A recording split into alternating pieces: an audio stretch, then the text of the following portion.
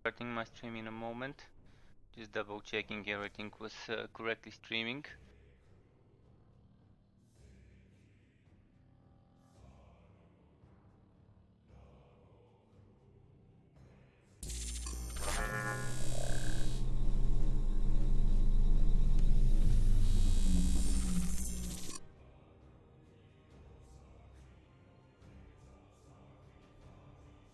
So, now let's see.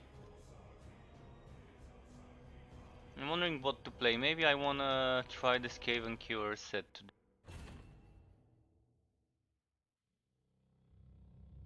I've been planning on trying the Skaven Cure set for quite some time, so I never got to trying it, and maybe I will. I've tried it before the patch, and it was nice. A Pistolier build with the Skaven Cure set was pretty powerful, but then it got nerfed, and I really have no idea how it will be.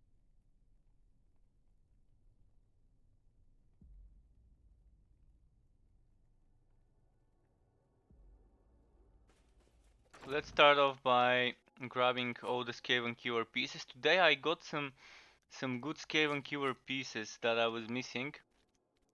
And I also got the Solan's piece I was missing.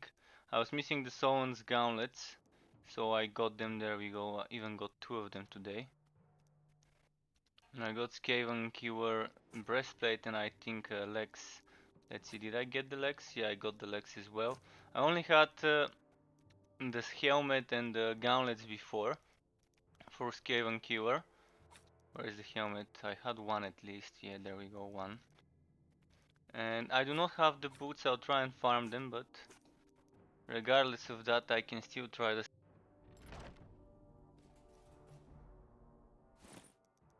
So we're gonna be killing some Skaven.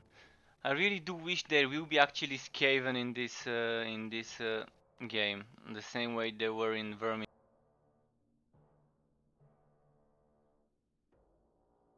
So maybe a free DLC where it's like an extra map or an extra act where we're fighting Skaven won't be a bad thing for the developers to add eventually. I'm gonna equip one of each and see which one would be the better one.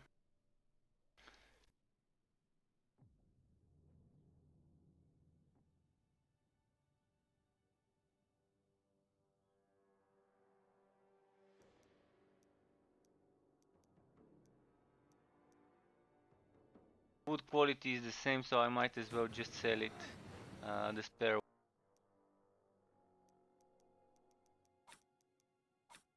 Okay, let's sell. Now the legs I've only got one off, so I'll just equip.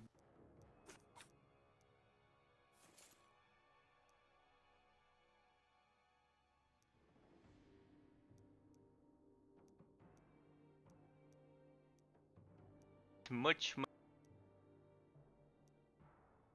Obviously we'll be taking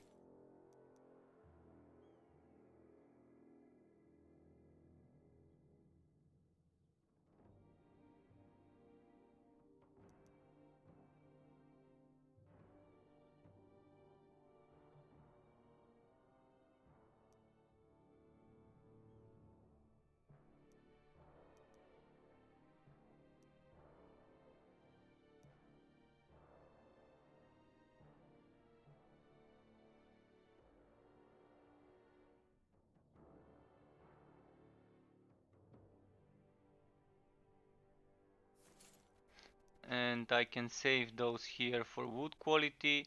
And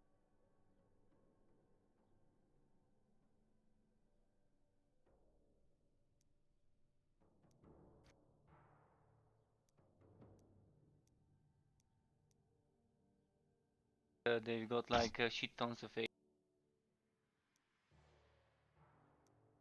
Those are the unnecessary ones, the 27%. Let's sell.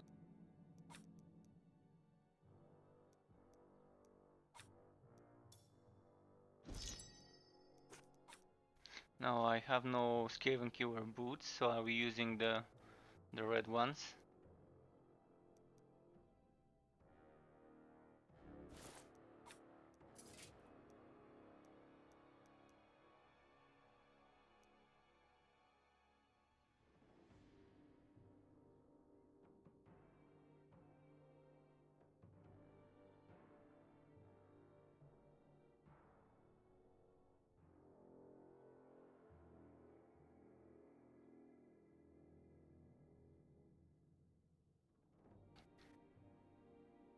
because the ones I'm wearing are kind of legacy.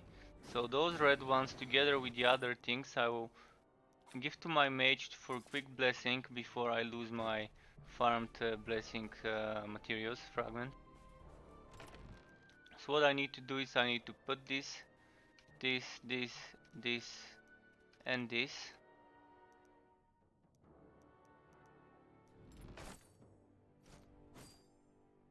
And I'll put everything into crit hit damage because I've got 51.3 crit chance the way I've set up those items. All with good crit, especially the shield, 14% crit chance on that shield.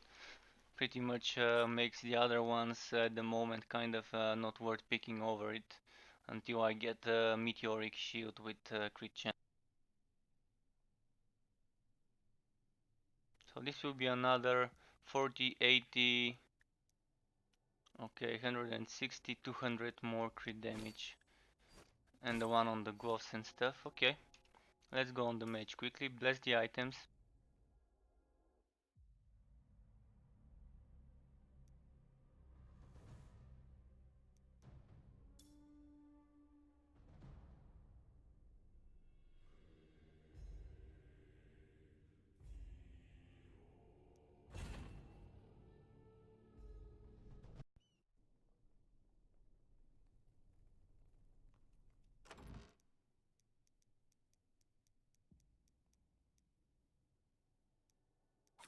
So it was a helmet,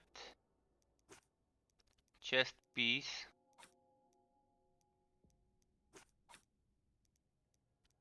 legs, and there should have been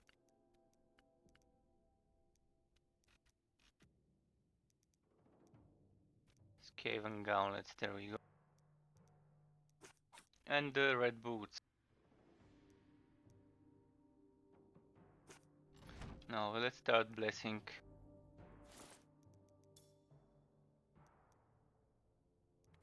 Starting off with the boots.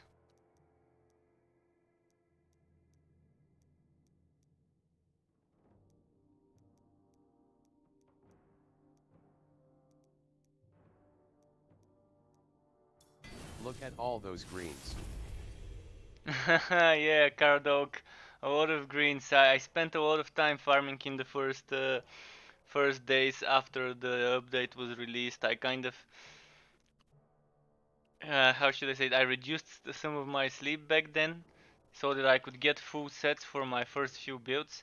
And the thing is, while I was trying to farm a specific set, I was getting pieces of the other sets. And in the end, I just kept them for some future builds. And it's now paying off keeping all those greens. But yeah, I've been having a case of the as people, some of my viewers called it streamer's work. I mean, yeah, I didn't believe in streamer's work much before, but now I kinda do. This game kinda made me believe in it. Especially one map, I got 3 greens in a single map. I just couldn't believe it, what I was seeing. There have been some cases where I would get a green, then on the next map another one.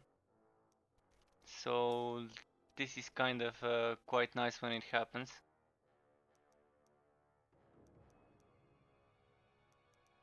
Although when I do stream, I'm not streaming for the sake of being meta farming, like speedrunning and stuff, because I keep getting distracted thinking about what I wanna say or what I wanna try out. So when I'm streaming, it's more about the experiments and stuff instead of about trying to farm efficiently. I do still get every now and then some greens on stream, but most of them happen offline in the morning or after I stop the streams. What percent loot quality to get 3 in one map?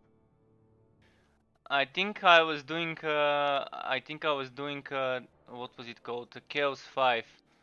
So Chaos 5, it wasn't even Chaos 7. Chaos 5 maxed out.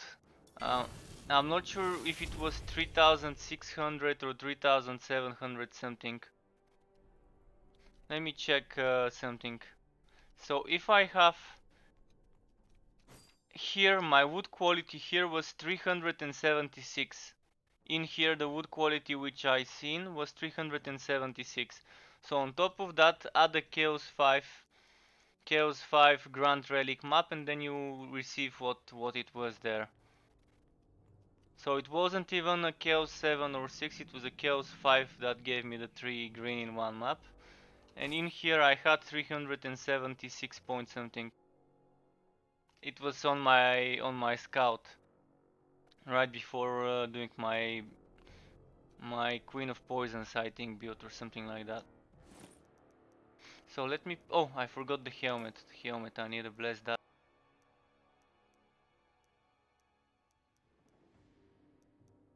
So it pays off having a mage character to bless your gear for the other characters with some maxed out links.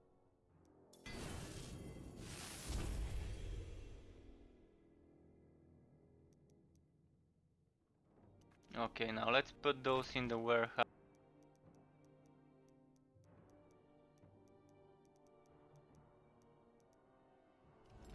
And go back to the soldier. I want to try the Skaven Cure set after the changes, after the nerf.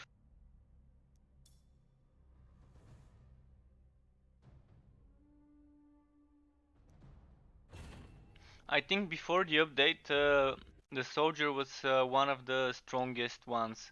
I didn't play the undefeated set before the update, so I can't tell for sure. But this Cave and Cure set was very powerful before the update with the Pistolier build.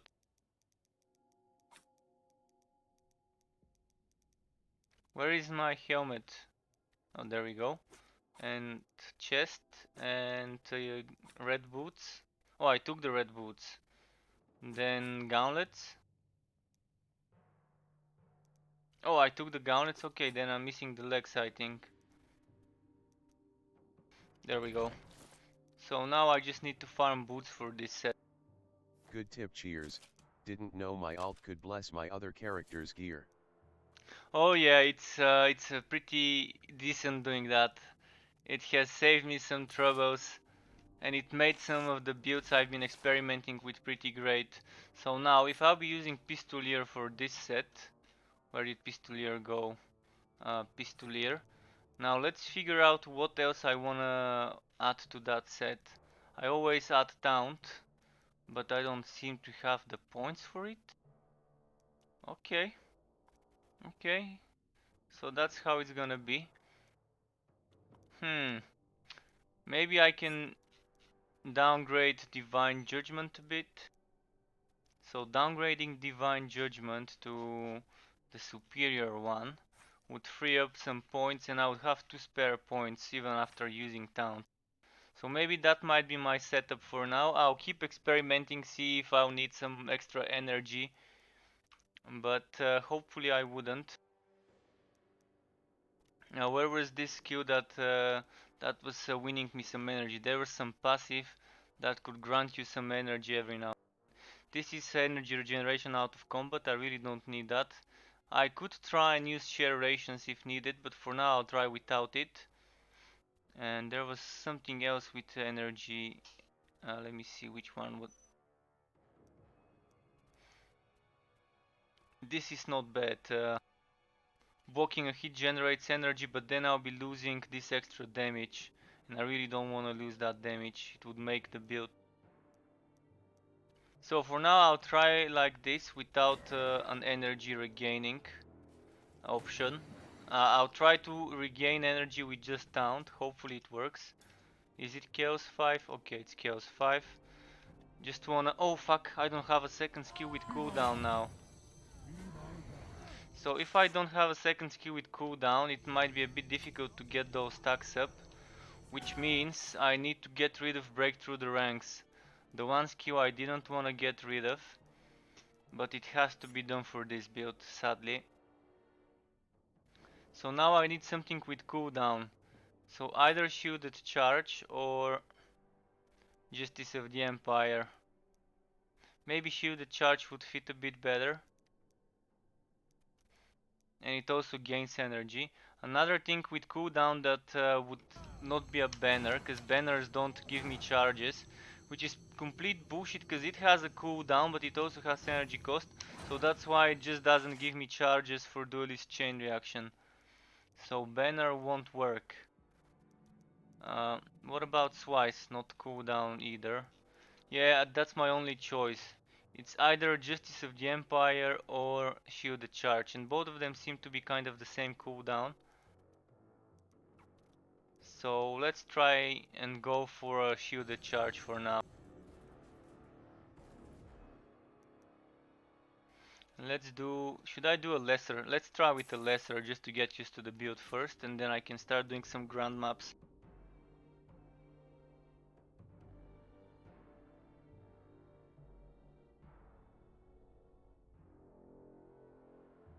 I want to see how it will work without me touching my passives from my previous build.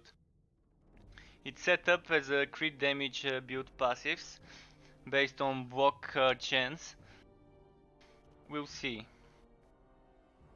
If I need to rework them, I'll rework them, but for now I wanna just see how it goes with this God skill setup, the one from my... This is what I'm using on my other two builds now. On my Solon set I was using those 4 nodes and this node, but then I removed them so I could get some extra nodes here. Cause they nerfed the block chance and the block damage. Before I could get around 118% block chance, and now it's limited to...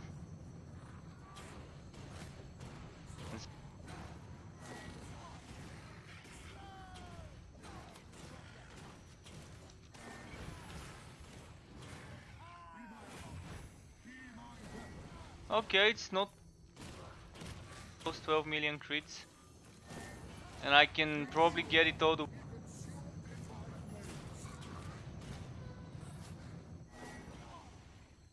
Just kind of not used to not having break through the ranks.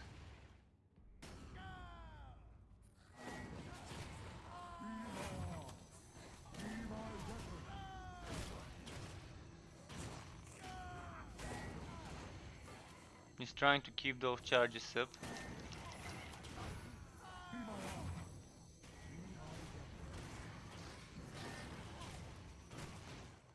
Oh fuck, I forgot this guy explodes. Okay.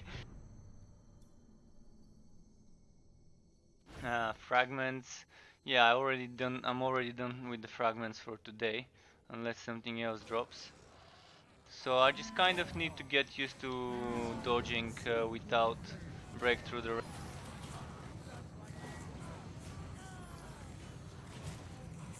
As you can see, I can kind of constantly keep using my potion. And this is stacking, this is me stacking this Q Wisdom of the Apothecary with some extra cooldown reduction and stuff. I'm even not using this skill, this amulet. The... what was it, the one for the potion? This one, the Jade amulet. I'm not using that even, and I can still kind of spam my potion. This is a great addition, having the ability to spam that.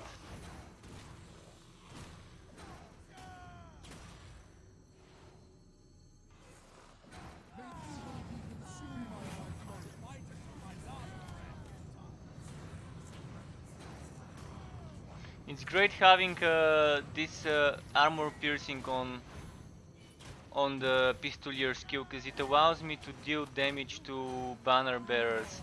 Those are kind of sometimes unkillable, but with pistolier it's easy to kill them. On other builds I kind of ignore them, because it takes too long to kill a banner bearing enemy. Unless you have some good armor piercing.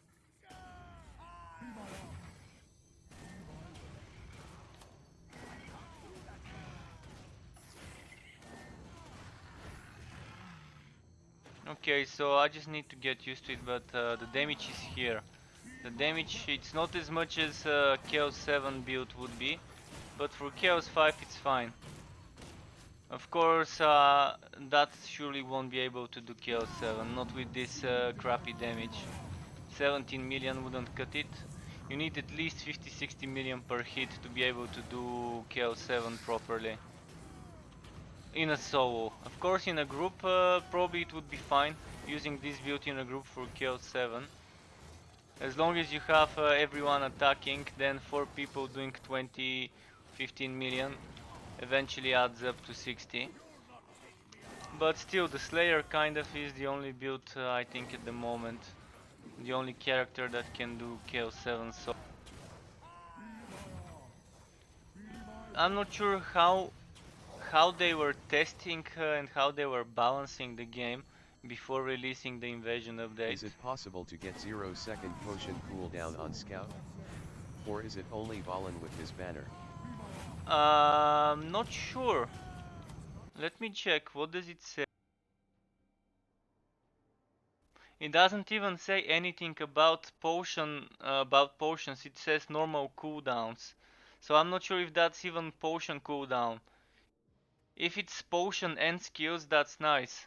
But I'd say it's probably possible. Yeah, you have if the ring and amulet for cooldown on the scout works for potions, then you can get 0-second cooldown with the potion.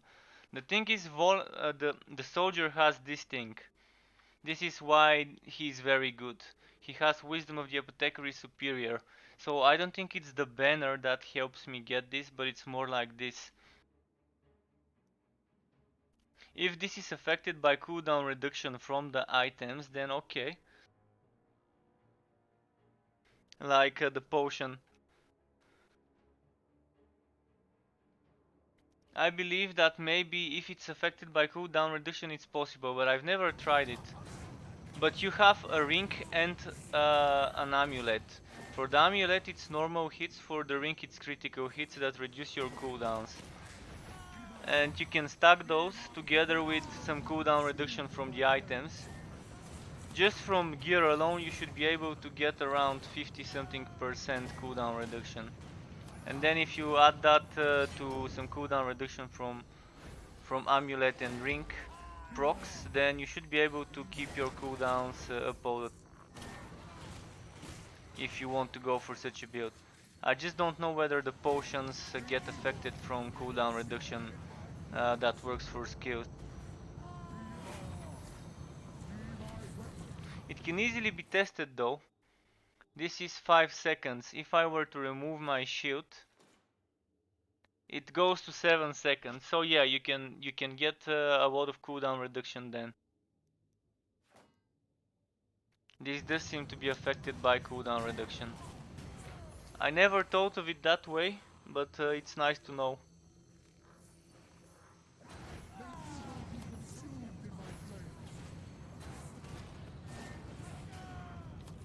So yeah, I'm seeing all the way to even to 24 million crits. Earlier I think I crit for 24 million with that build. Oh, what happened? Wait, did I change my skill bar? What happened? Is there a secondary skill bar that I'm missing?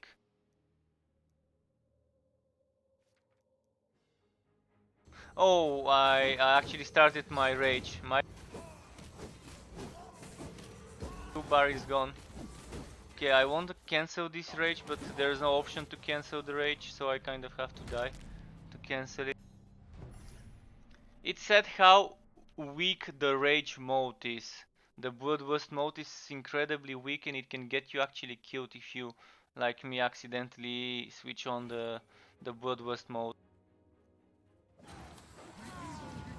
It's probably powerful in the early stages of the game while you're leveling and while you're farming some early chaos modes, but then it just ends up being very weak for the late mode.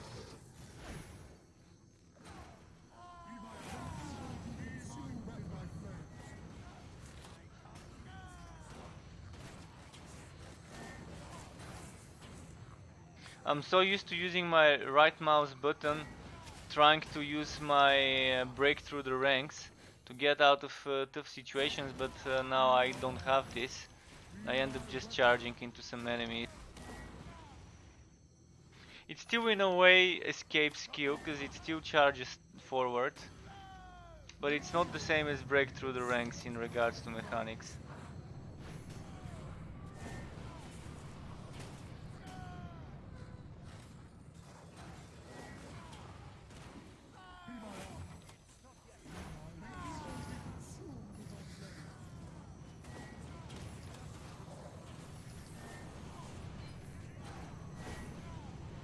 But yeah, this is kind of nice using the potion so much, so often.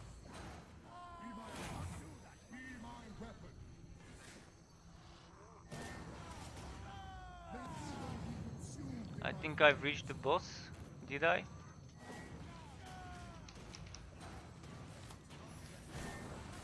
Oh, what am I using? Am I using Grudge Settler or Magnus? Maybe while there's enemies around me I can use Magnus's gift. And when there's no enemies around me I can switch to the Grudge Settler. If the boss isn't dead by then. Okay, that was nice.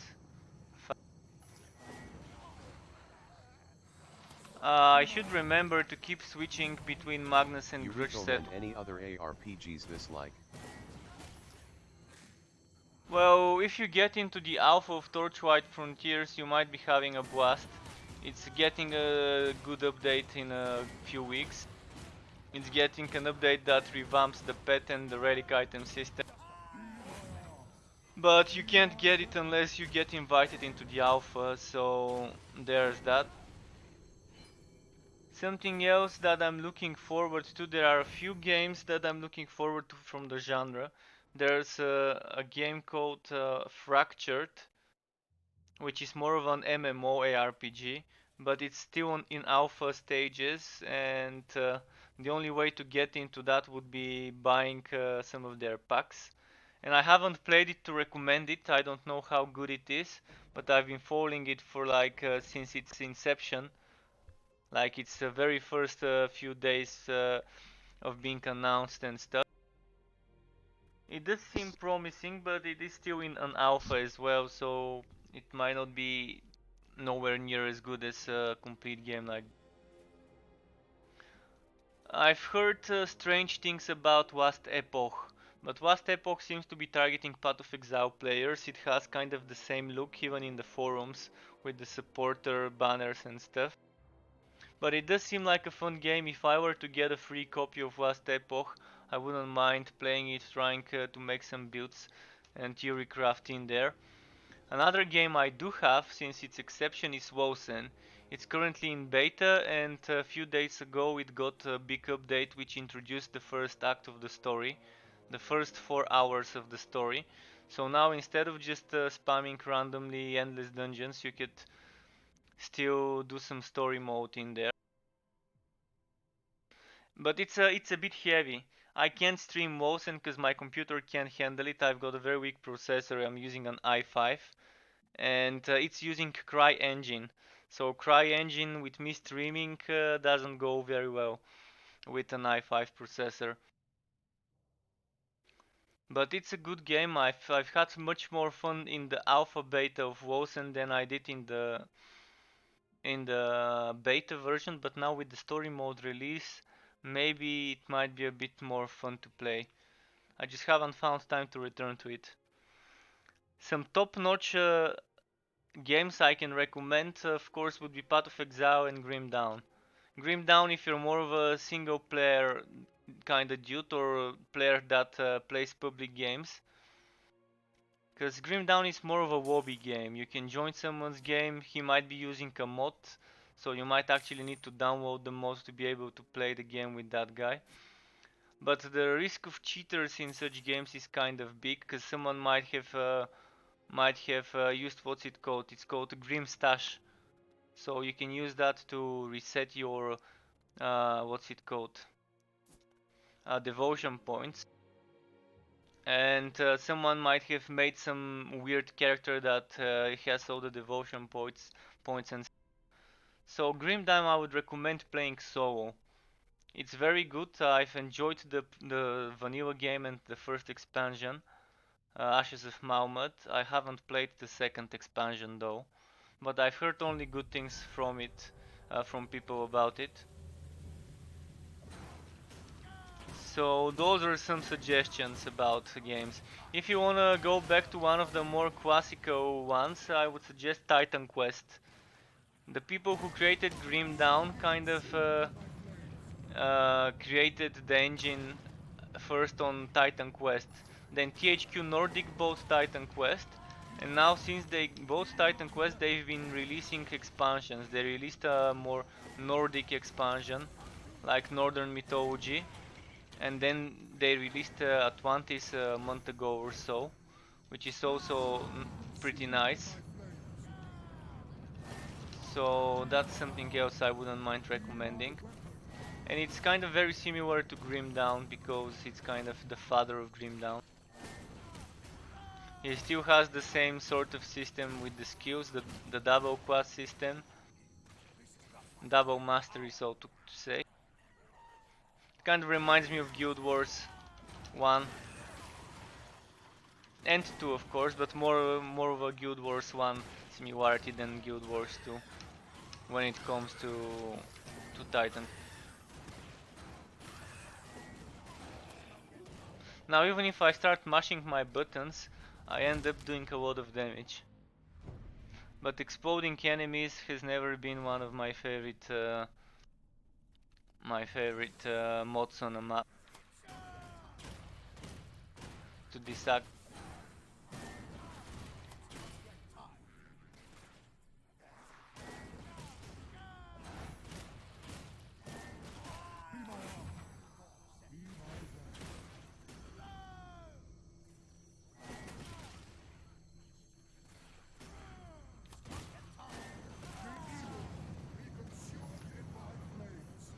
Okay, at least they keep dying.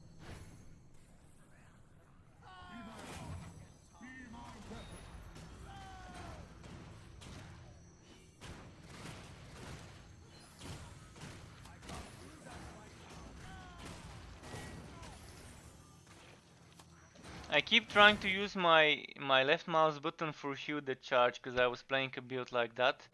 I kind of maybe might want to swap those two out. I'll see. I'll play around with it, see what feels more comfortable. Thanks for the tips, man. Gotta go. You got a sub. No worries, thanks for the sub, man, much appreciated. Helping me reach that goal for YouTube partner.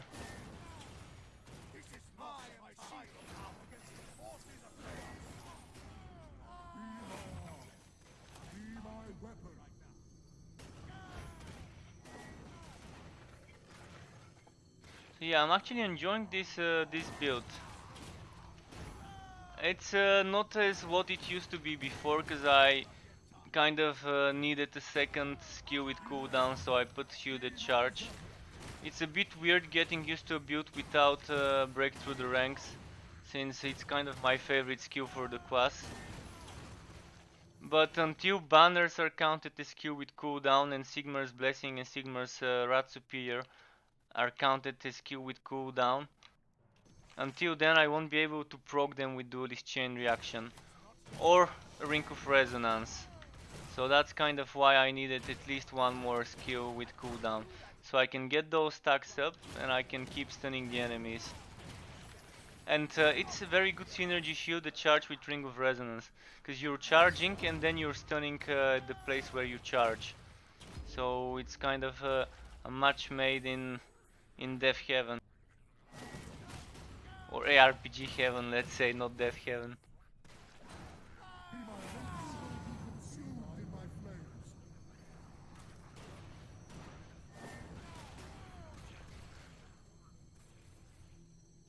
Okay, there we go.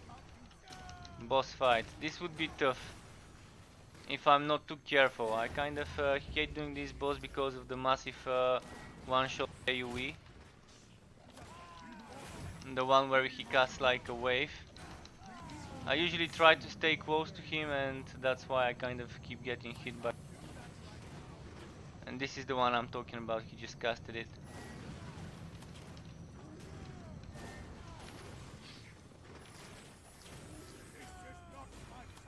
Okay, I think he's gonna cast it again.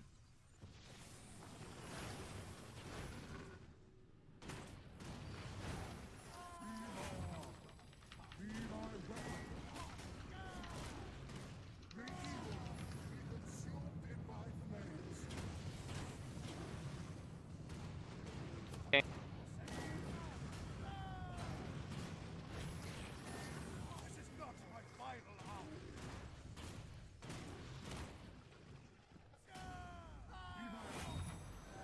Yeah, he keeps casting it a lot.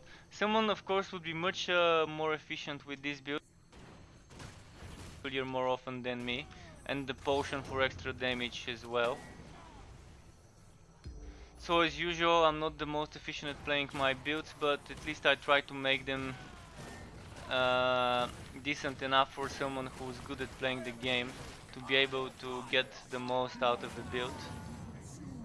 And maybe on this bot I should not have used Magnus's gift but my Grudge Settler, because there weren't many adds to give me extra bonus damage. The good thing is you can at least switch out weapons during a fight or right before a boss fight, and shields without losing some things like per se if you switch out a glove item for another glove item, I would lose my heroic skill, even though I would be wearing the exact same set item with just better rolls maybe.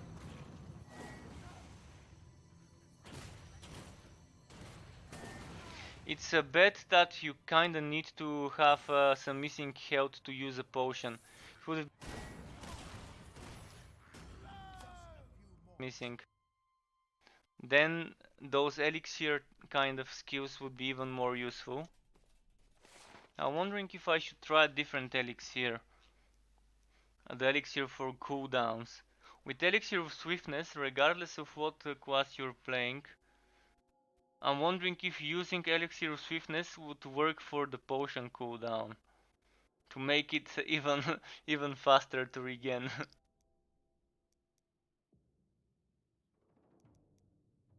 And instead of duelist chain reaction, scout's chain reaction. Scout chain reaction is good for speedruns, I believe. And this would be very good if you're having issues with the energy. But I don't think with a skill such as Taunt, someone should be having problems with energy. But if you do have issues, you might try replacing one of the elixirs with this.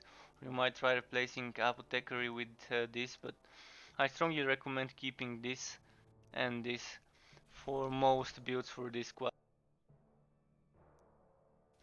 If you're having issues, pick crit chance passive, especially if you don't have those. Until you get those, pick the crit chance passive, pick whatever other passive you may need, like a damage one before you get those. But they do seem to be essential to most builds at the moment to squeeze the most out of them. So this build works, and maybe in a few days, maybe in a couple of days or in 3 days I would make a build video for it. I still have the Dragon Tamer set, the last song set, this set for this class, and what's left. And for the Scout I've got the Summoner set left to make builds for. So those are the 4 remaining builds from the game. 4 more sets, 4 more builds to come in the next few days. Not sure which one I should start with, I'll kind of decide tomorrow. Maybe now I can try and play with one of the other sets I've mentioned. Let's go on the Dwarf and try the Cleaver set. But yeah, I think I kind of figured out what this build would be like. This is kind of it for me for this build. Unless I get some better things like another shield, like a good meteoric iron shield with crit chance. I'm kind of gonna be wearing what I was wearing now.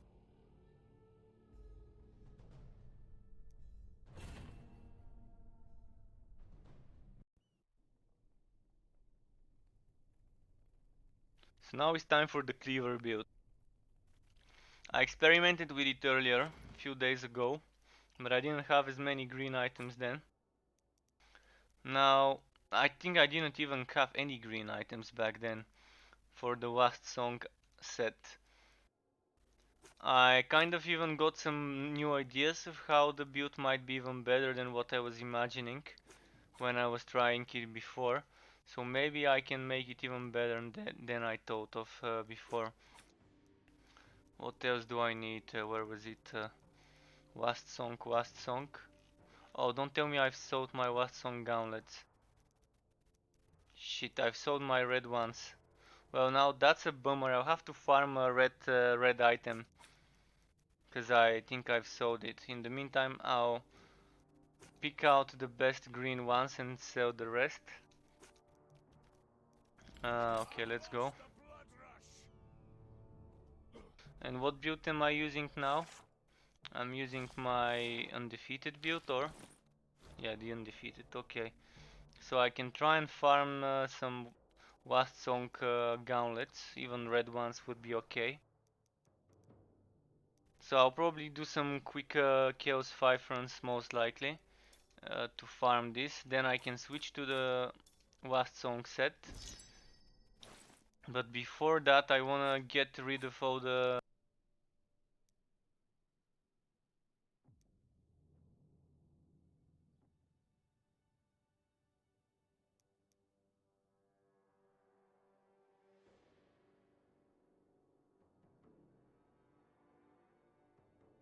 just 1% movement speed and losing 1000 HP.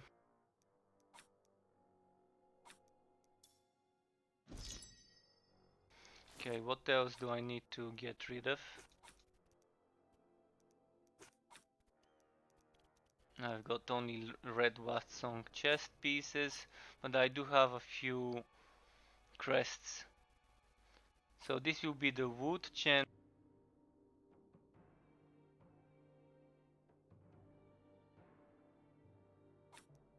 Okay, in the meantime let's bring back the challenge set.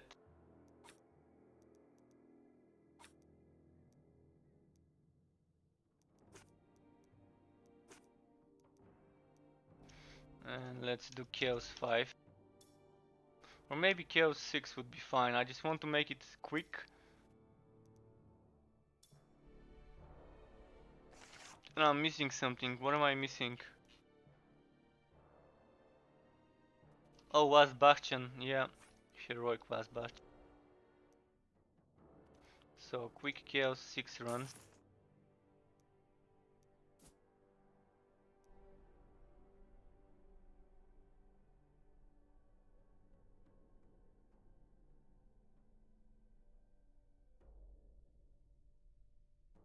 I'll be checking all the little chests, because I do need even red item would be fine, as long as I can just complete the set.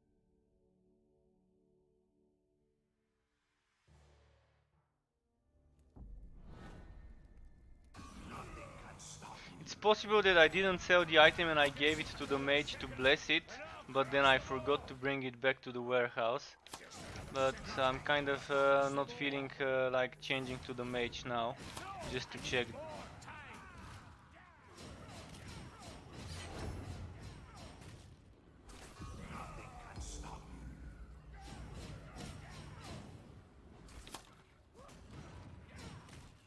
Okay, a fucking tornado cockblocking me.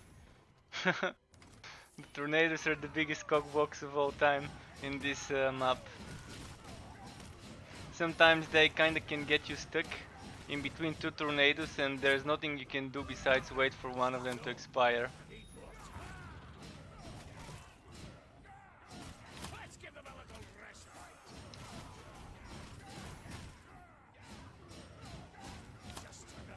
The red item I need.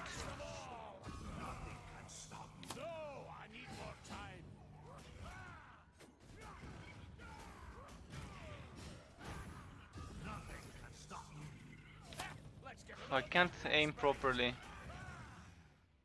Okay, that's not what I need.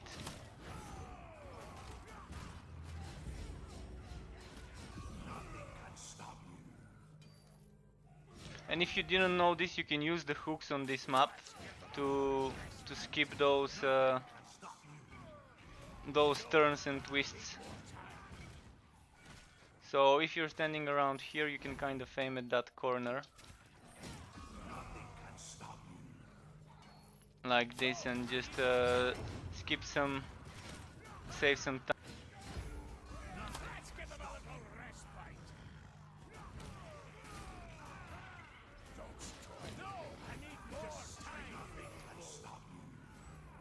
Oh, actually, do I have the elixir? I wanna play with the elixir of on this build. Okay, so what I'll do with this build, I'll remove Relentless Carnage and I'll use Elixir of Power.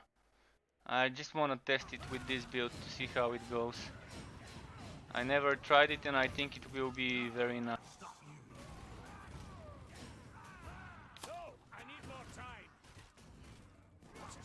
Ah shit, right when I was about to do my last bastion, I was pumping my number 4, but this stupid animation speed kind of got...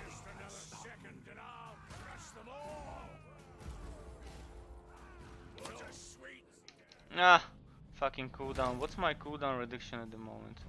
I know I'm using the wrong items, but even then, just 39.3%. Well, not much I can do until I get better items with the proper stat.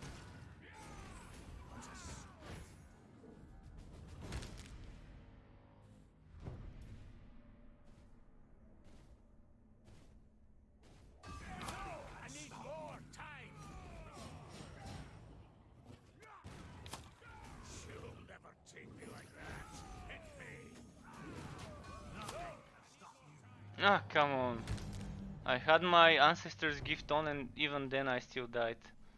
Not sure how this happens. How can it be possible to die while invulnerable?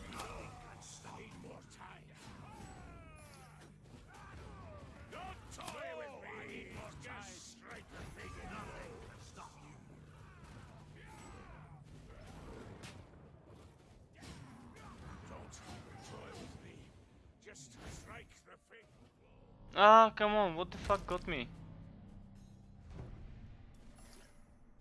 This is kind of a lot of bullshit. All at once.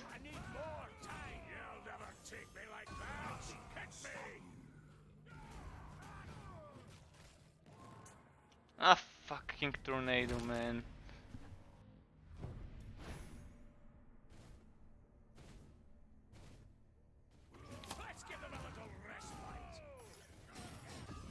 What are the modes? I take more damage the higher my energy. Okay. And the meteors burn me. That's not really good, but... Now I kinda have to play like a little bitch just so I can get this guy. So I kind of have to keep running and hitting him instead of face tanking him.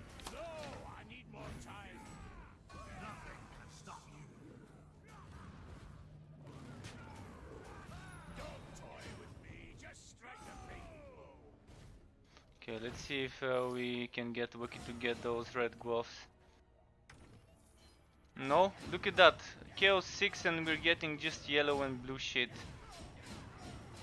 I'm sure if I go on Chaos 3 I'll be getting some greens even.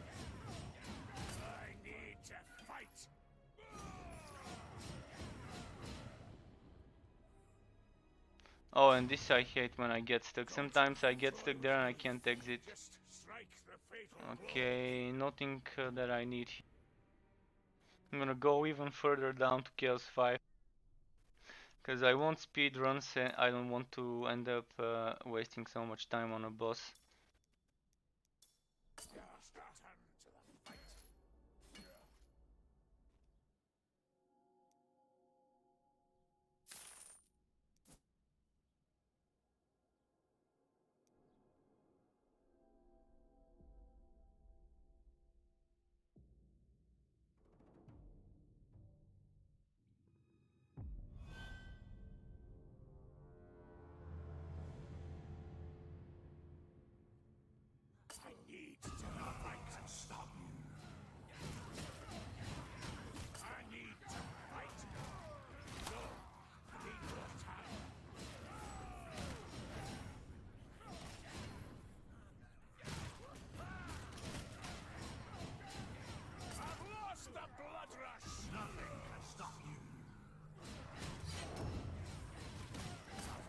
No chest here, okay, let's kill at least an elite or two. Challenge mark.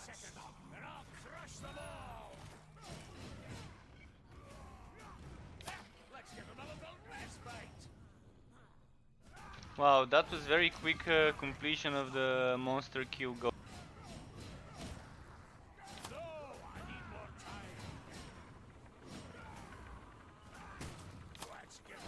Oh, there we go, green on Chaos 5. What did we get? What song bracer? Just what I needed. Fucking lucky, man. And it's with flat damage and HP. I couldn't care less that it doesn't have crit damage. Okay, there we go. The item I needed, and it even is a green one. I was gonna be fine if it was a red one, but okay, the game kind of thinks I need a green one. And it only took 2 maps.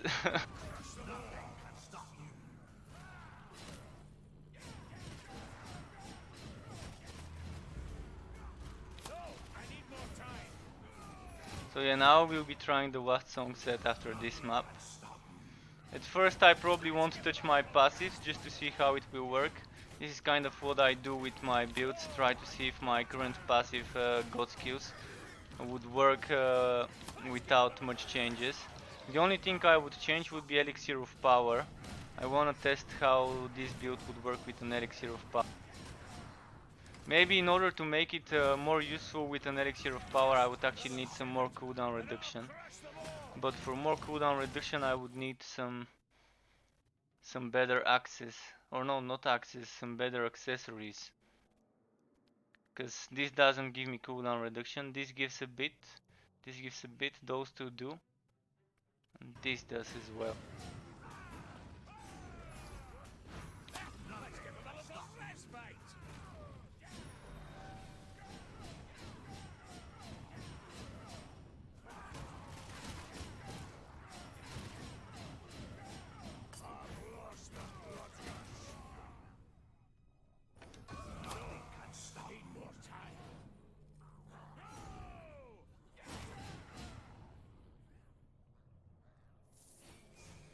Okay, now let's change the set.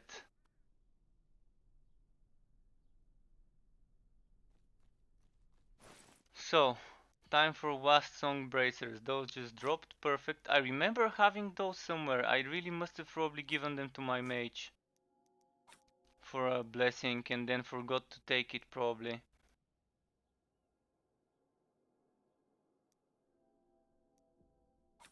So putting this, which one? Let's.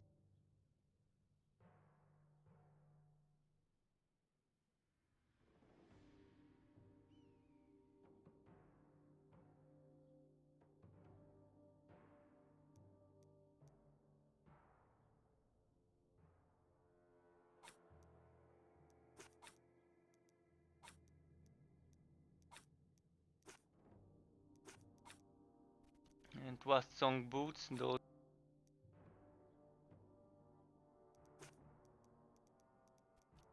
Now since it is a cleaver build,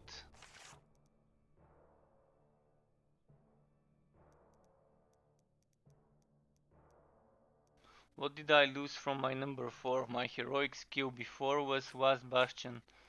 So we're putting Bastion here. Okay, I need to remove something. Have to remove some things first.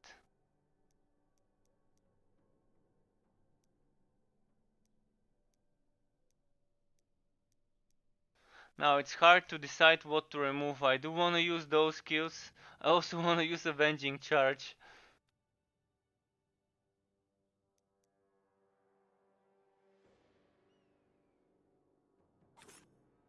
I'll put the number, put this one here. Now I have enough for Bastion. I still need 2 more skill points for, what's its name? I can reduce the Avenging Charge to a basic one. And then I can place Elixir of Power. I want to try how it goes with an Elixir of Power here. I did have Relentless Charge there before. Or was it something else? I think it was Relentless Charge that I had there.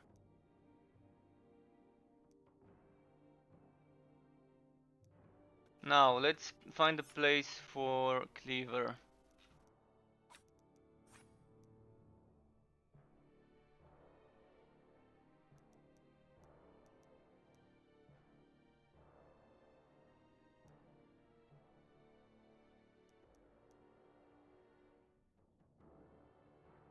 Maybe I can get rid of this one.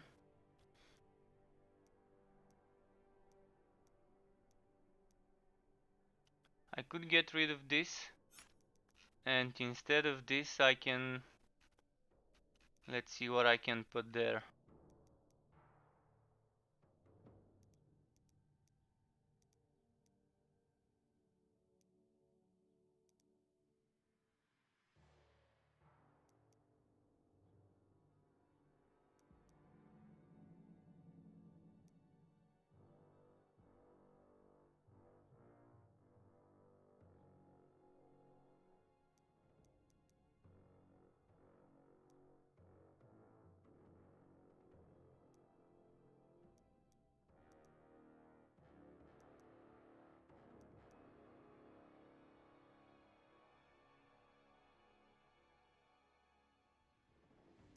Which is my skill with energy cost. This is my skill with energy cost.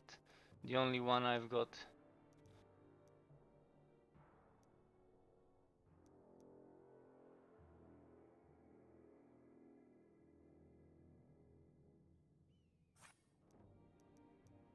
But I really don't need that extra energy, but the damage would really help.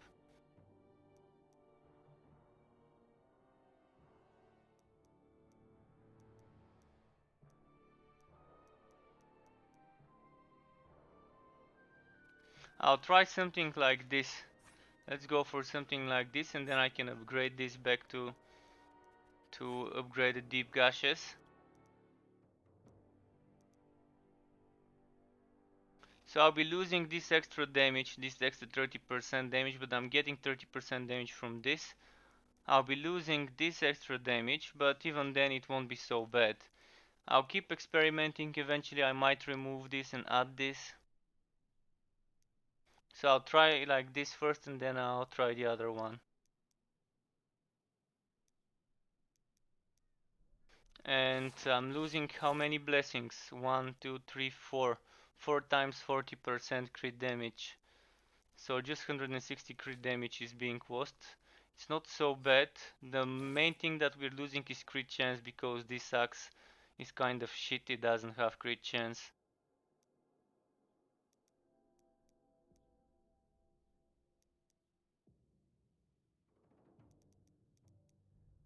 I could also put a crit chance skill instead of this. Maybe we can try it, but let's try with this for now. Just for now, to see how it goes. And maybe I should have tried a lesser map until I get used to the build. Damage decreases in proportion to my missing energy. Yeah, I'm not gonna do Act 3 though. I don't wanna do Act 3 exactly the same mod. 2 maps exactly the same, one after the other, then another Act 3 map. Enemy armor plus 10. Okay, this doesn't seem so bad.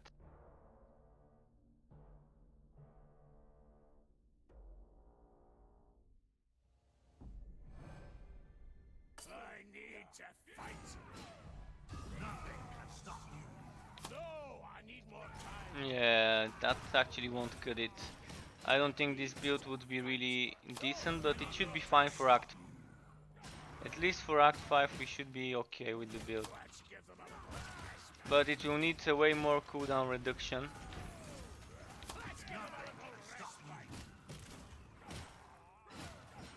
We will know once I encounter some elites. Oh fuck, one shot. Okay, I almost got one shot.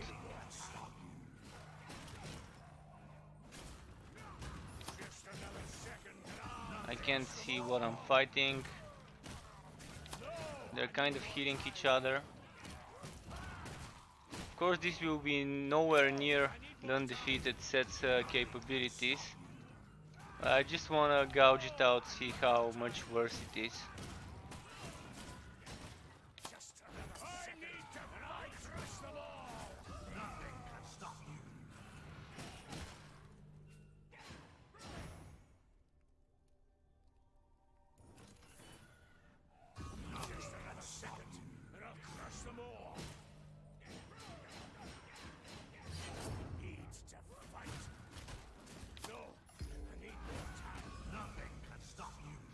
Okay, at least it's doing around 9, 7, maybe even 10 million damage.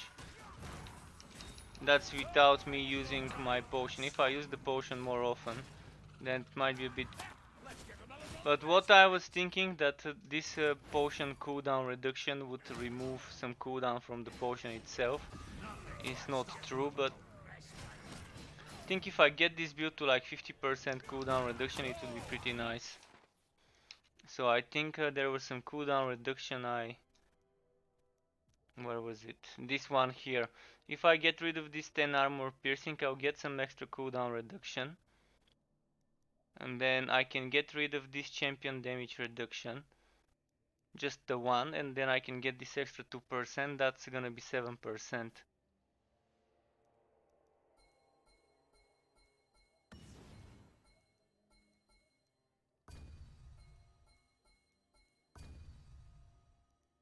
Let's not take this just for now to see if I can invest into something else.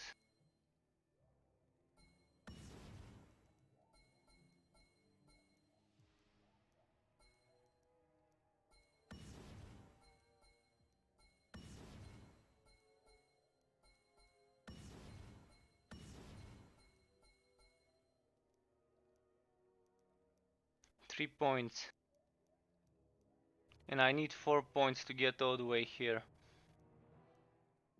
This is 2 armor piercing. I really don't want to lose it, but I might have to. This seems like the only reasonable thing to lose, those 2 points.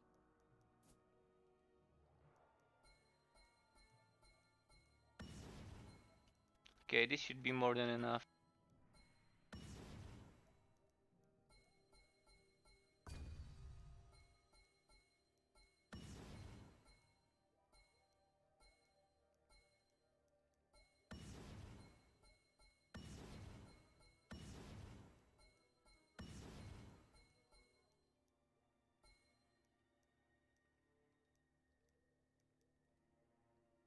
So now I am missing my HP points. We got that HP. And now I can probably... I'm wondering if I should take that extra crit damage.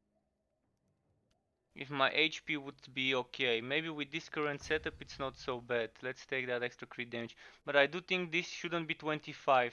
This is bloody 25 and it doesn't sacrifice 10% HP. And all those other nodes are 25, so this should be twice what a normal node gives you. So this should be bumped to 30. This is kind of something that's left over after the update. The update bumped the values of those from 10 to 15 on some classes, from 10 to 25 on some classes to 26, and on the mage even to 30%. But they left those as they were before, like 20, 25, kind of not worth it, most of the cases. Now let's see. How is my potion cooldown? 2 seconds down for those 7%. Not really much, but eventually if I get some more cooldown reduction from my items, I might get it even further down. And with an amulet that reduces the cooldown of the potion, the elixir of power would be even more useful. Now I lost something. I lost a god skill. What did I lose here? Number 3. Oh, I lost my god skill, yeah. Okay, let's leave the zone and re-equip my skill.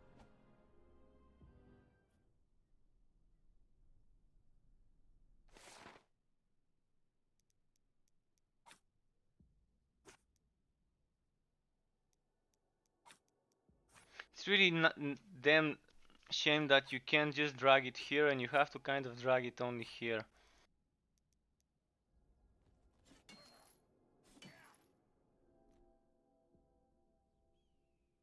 Yeah, let's do another lesser one just to get used to it, to the build.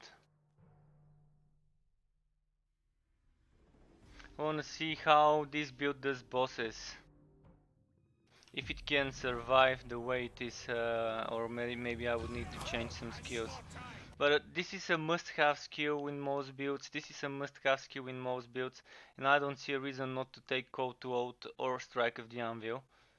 The only thing I can get rid of is Avenging Charge, but it's such a great skill to help you escape tough situations like split-second decisions to run away from a certain attack or something. Just another second, and I'll crush them all. Was this 7 or 17 million? Couldn't see well. If it was 17, then it would have been pretty decent. And the good thing about Cleaver and Ring of Resonance is Cleaver is a skill with cooldown, which means it can stun enemies now with Ring of Resonance. But the damage is so low. For a heroic skill, it's just a joke having such low damage on Cleaver. Should have been twice what it's doing now, to be just as much as this one. On paper it seems to be doing more than this, but it isn't. I can just see the numbers myself and I know it isn't doing as much as Strike of the Anvil. It did 18 million now, I think.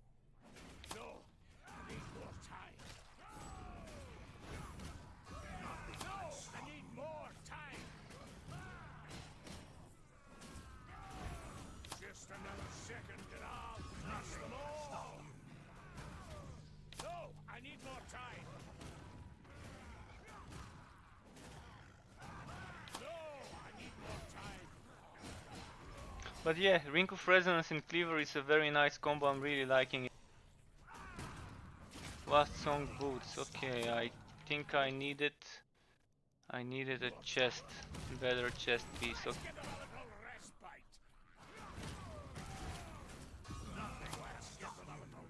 How's my cooldown reduction now? 48.7. Okay, almost 50. If I can get it to 50 something, then maybe my potion can be kind of spam. I am still not used to using my potion for damage, so I kind of forget to keep spamming it.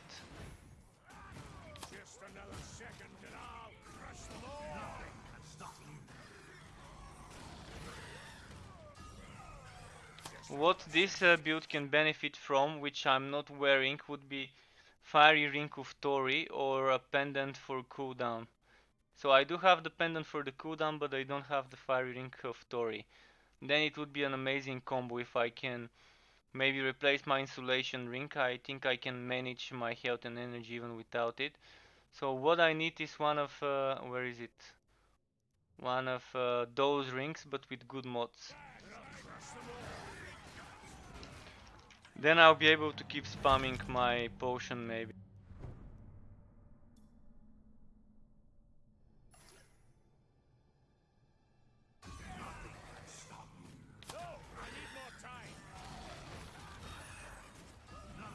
Okay, 14 million, not bad. So it's still decent build, it's not Chaos 6-7 build, but for Chaos 5, if you're not like me, that dies every few seconds, then you should be fine. Kinda have to play it a bit safer. Even 20 something million I think can be done sometimes. Which is better than most other builds I've tried with green gear. 20 something million is a very decent number. And I can surely get it even to 30 million. If I switch around some things, if I remove this potion and I use another skill there that gives me damage, like that one that gives me damage when full energy, I can try and bump my energy up with Blast Bastion and Cleaver.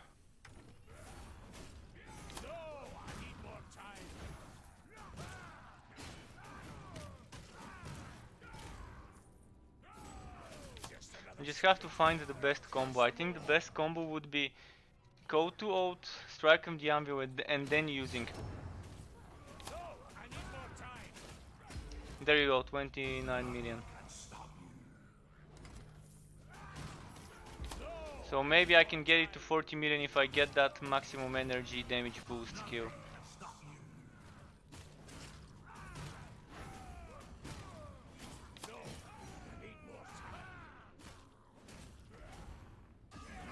And there needs to be more enemies around me to do more damage.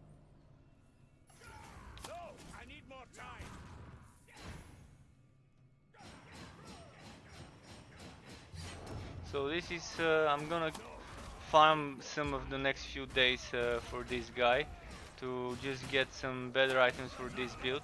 But even if I do the build the way it is now, it should be okay. I can just mention that certain rows would be preferred.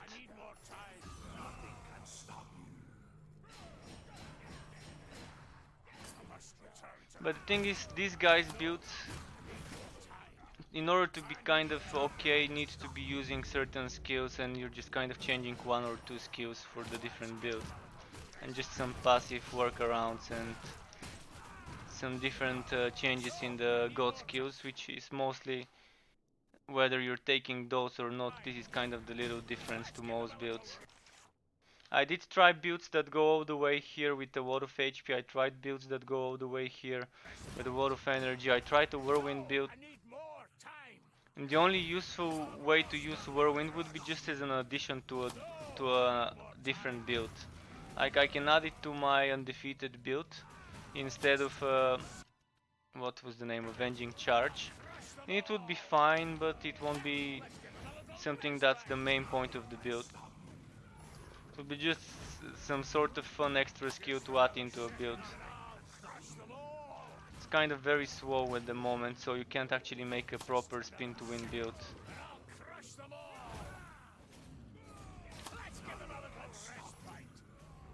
But at least you can make it so that you won't have issues with the energy, even on a whirlwind build.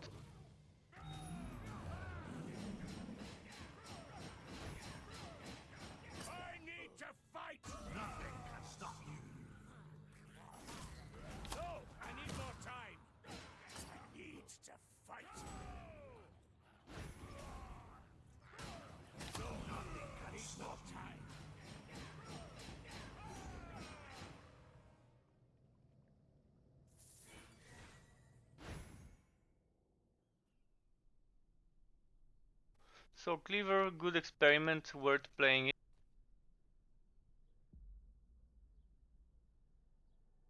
Can't compete with an undefeated set, but it can compete with the Grimnir set in regards to the damage output. So now I remove the cooldown potion, and I'll put back the energy damage skill. Where was it? Unwavering. Removing deep gashes, putting unwavering, and putting deep gashes level 1. Just wanna try and squeeze extra 10 million out of the build. So I did like 29-30 million damage. Maybe I can get to 35-40 million damage now when I have full energy.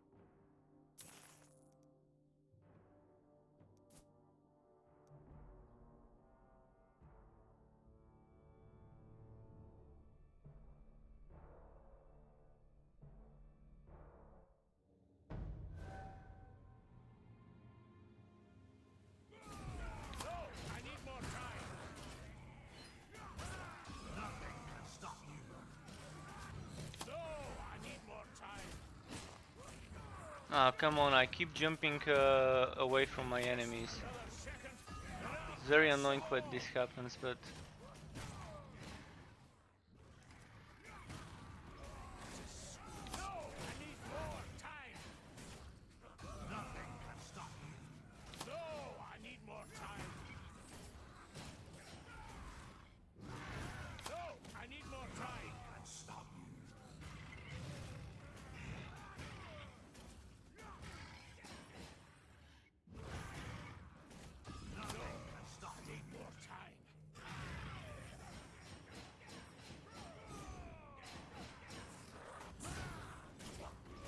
So someone might want to change Avenging Charge for something else that generates energy.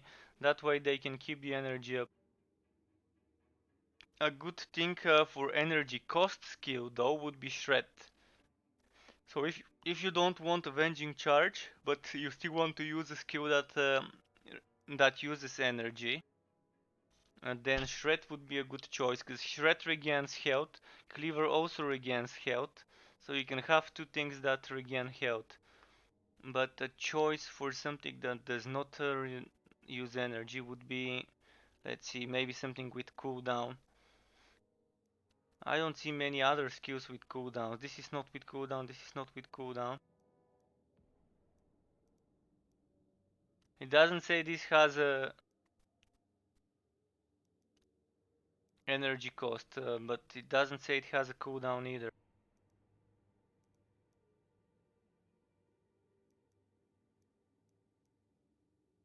If you want to regain energy, one of those would be nice.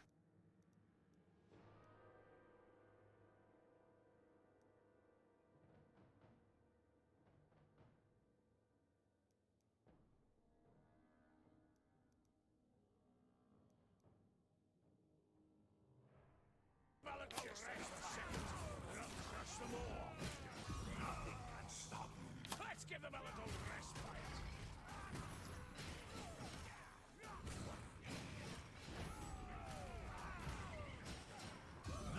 Let's give them a little respite.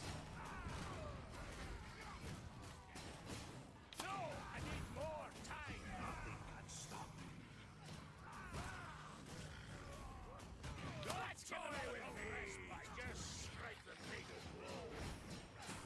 I must return to the fight. Nothing. Just another second and I'll crush them all. What a sweet death. No, I need more time. Just another second and I'll crush them all. What a sweet death. I need more time. Is it the poison bird? Yeah, it's the pools of blood that are kind of killing me. I must return. I need more time. And it's not pools of blood that appear from the enemies dead, so it's strange how I'm taking so much damage from them. Usually they didn't used to do that much before. Must be the dogs as well, maybe it's the combination of the banner enemy striking me from afar, and the dogs charging me. Let's give them a little respite. Nothing. Let's give them a little respite. Ah fuck, I can't see my cursor. No, I need more time. Let's give them a little respite. Nothing can stop me. When I can't see my cursor I kind of panics because I don't know which way I'm gonna go. So I just use Avenging Charge and hope for the best to kind of end up in a safe spot. Let's give them a little respite. Nothing can stop you.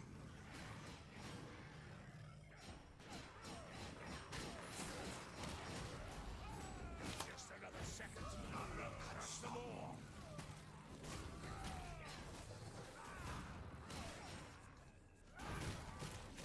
Nothing can stop me. More time. No, I need more time. Okay, they're kind of very tanky at the moment due to the banner enemies. I'm gonna try and focus one of them at least. But each time I try to focus the banner enemies instead of just damaging whatever. The ones with the dual wielding swords kind of get me, those guys here. The one that I'm fighting now. No, I need more time.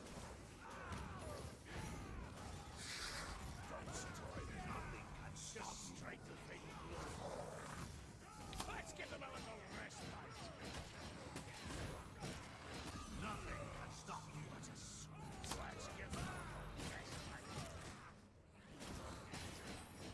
Just another second and I'll crush them. Oh, those are ranged? I didn't know. So they kind of throw axes. A little respite. I need to kind of heal. Just another second. I'll crush them all. No, I need more time. Nothing can stop me. Let's give them a little respite. I've lost the blood rush.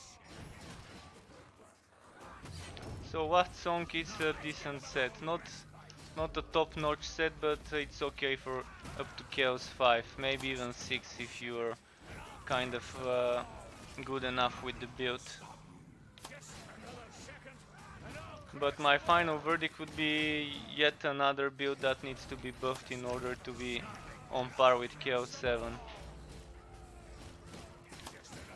So far 12 sets, only one is capable of sewing Chaos 7, the rest are kind of maybe possible to do it in a team.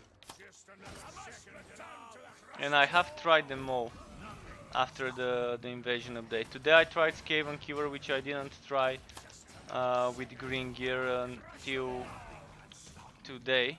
I tried it before the update. It was very nice back then for Chaos 5.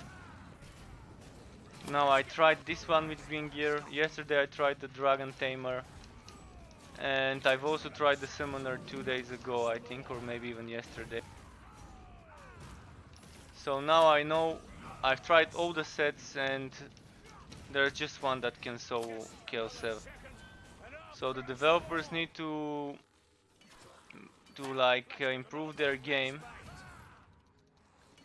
and not the game as Warhammer Chaosbane, but as their kind of A game needs to be brought in regards to balancing.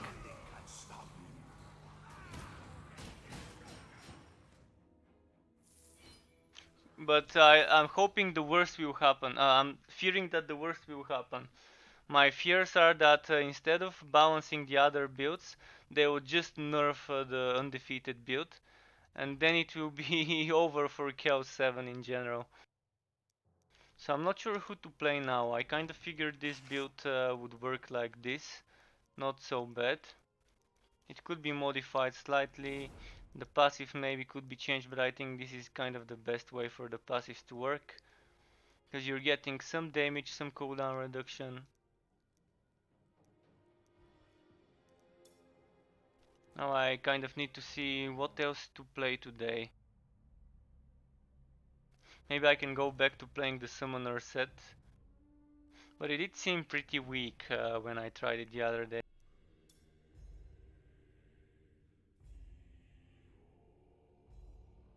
I could probably go back to playing... still not sure what to play. Let's go back to the Soldier and play this Pistolier build a bit.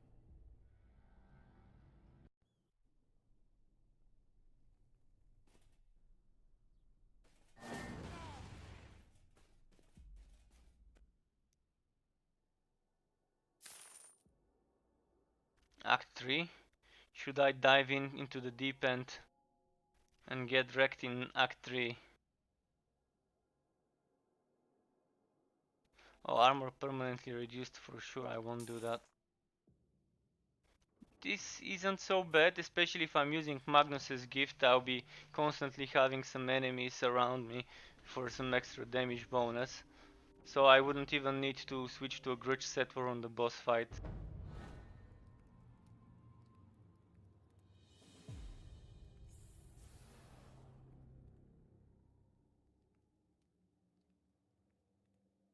Just a second. Okay, I'm ready.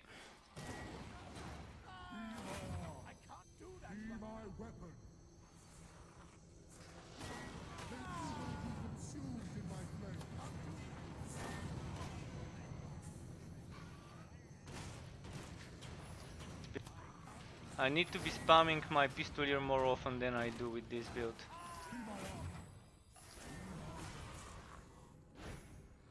Oh, what else was the bonus on the Skaven Cure set? It was something about Shield Smash. This Shield Smash. Okay. I forgot about it. Okay, 5 million with Shield Smash. Not bad.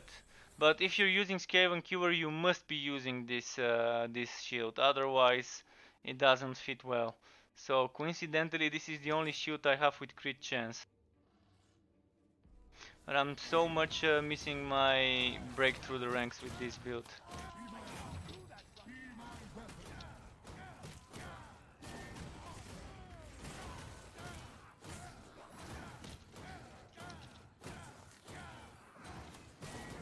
But it's fun that there's a Skaven Cure set and no Skaven in the game.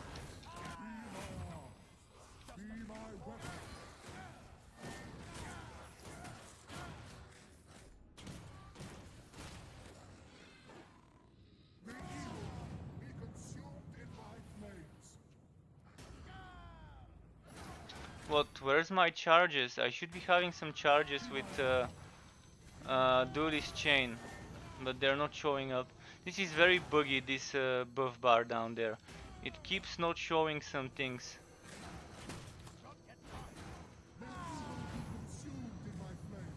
Let's see how far I can get the damage to. 4 or 5. I think no more than 6 million for now from just shield charge. Maybe I can get it more though. I can get it probably to 10 million if I'm with many enemies around me.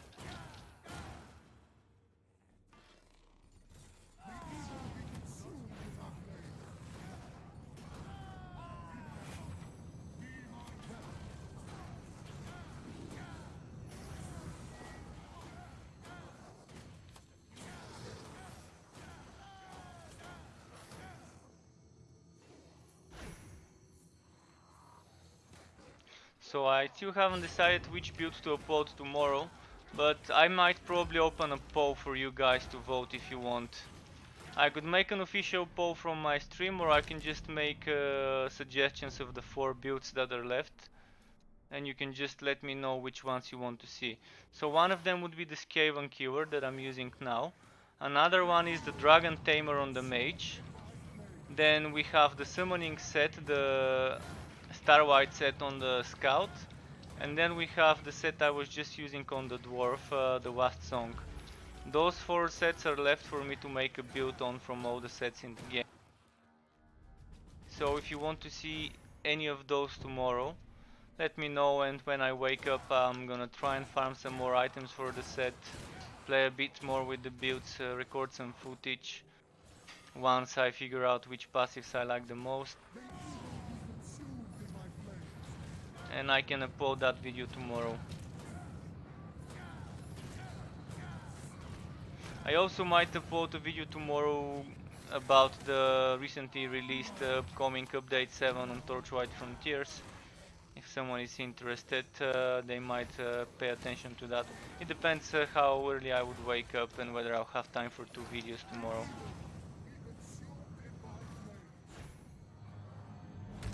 I'm kind of not used to not having break through the ranks though. Without break through the ranks I kind of keep trying to dodge and I end up using this skill. And most of the times it's in cooldown. What I'm not used to is also not having cooldown on my potion, so I don't remember to keep using. So I can kind of try to keep spamming my Q button. But this build in the right hands would be unkillable in Chaos 5, in the content I'm doing now. Because unlimited potions, it's kind of OP. If you're fighting something that can't one-shot you.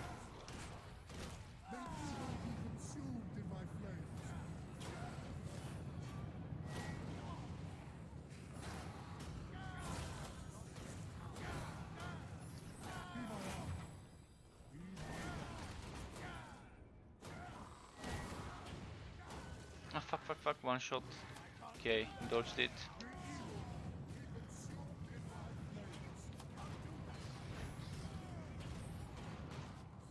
Ah, fuck, I forgot to dodge the one shot. Yeah, that's a classic move on my end, not dodging the one shot.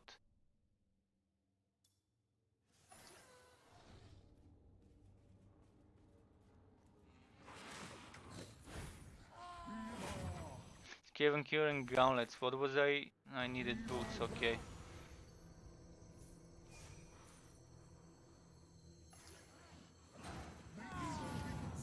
And on the Dwarf I was playing earlier, I was missing some blessings. I was missing 160, I think, 4 items worth of blessings for crit damage.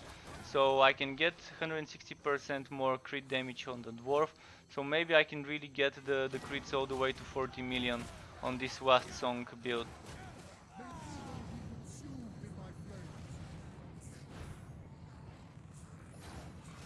On Chaos 5, on Chaos 7 probably it would be all the way to 30 million and no more.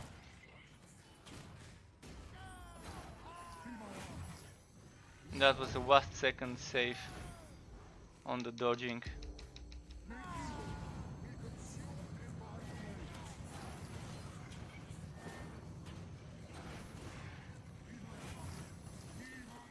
Oh fuck, I again forgot that this guy explodes when he dies.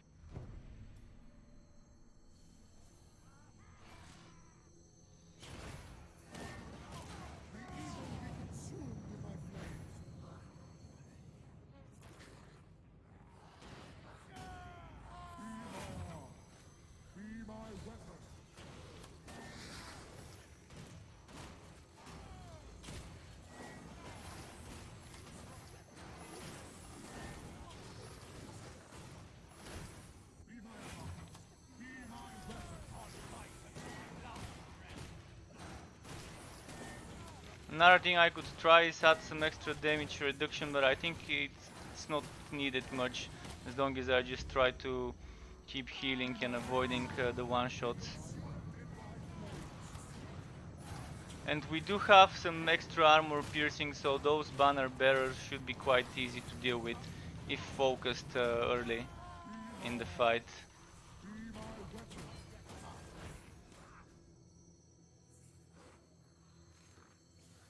What's my basic armor piercing? 22.9, and this gives me 30%, I think. Yeah. Let's place the banner. Let's place some Sigmar skills, taunting, potions. Oh shit, AoE. Yeah, it was the AoE. At least this guy's AoE is not as wide as the one with the poison, or the other guy.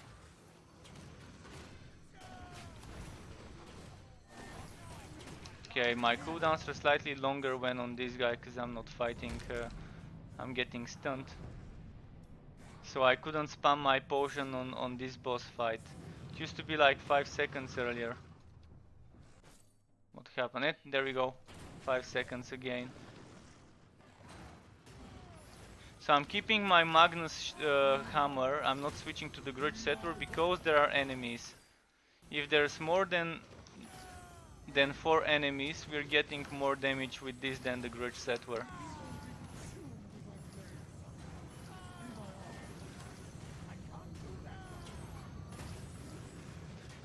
Okay, I'm just gonna move here a bit. Shit, please don't get me stunned.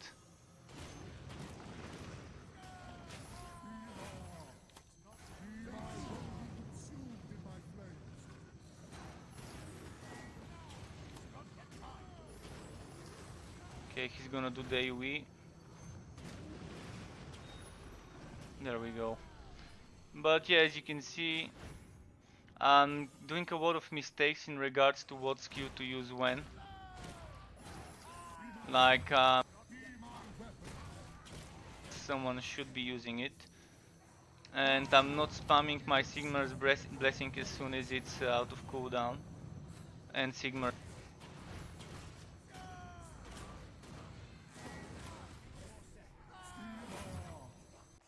Also, what happened to do this chain reaction? It's not showing up. 850% crit damage. Should be within the right number. What's the attack here? 521%.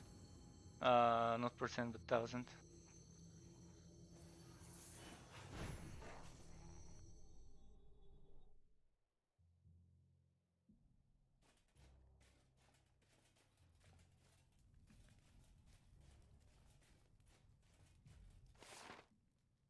Let me remove this helmet. Where was the helmet? Helmet. There we go. Oh, what's this? Special emote, but I have to remove the other one. I don't even know how to make the emotes. What's the hotkey for emote?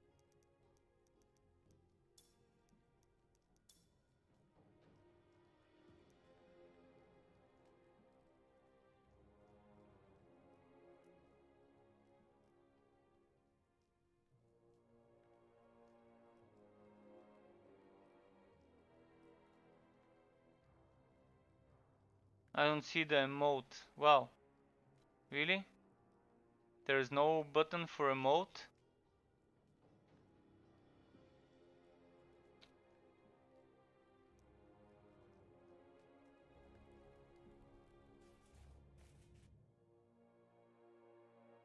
Okay.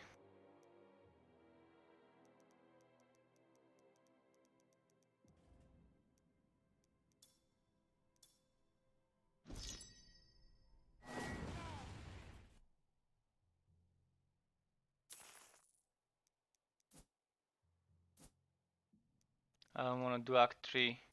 Too much no loop on there. Siege is kind of okay, but I really don't like tornadoes. They're kind of been messing with my head the past few days. Keep seeing those tornadoes in Siege.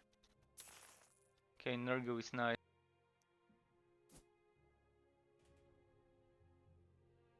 No exploding enemies, pretty chill.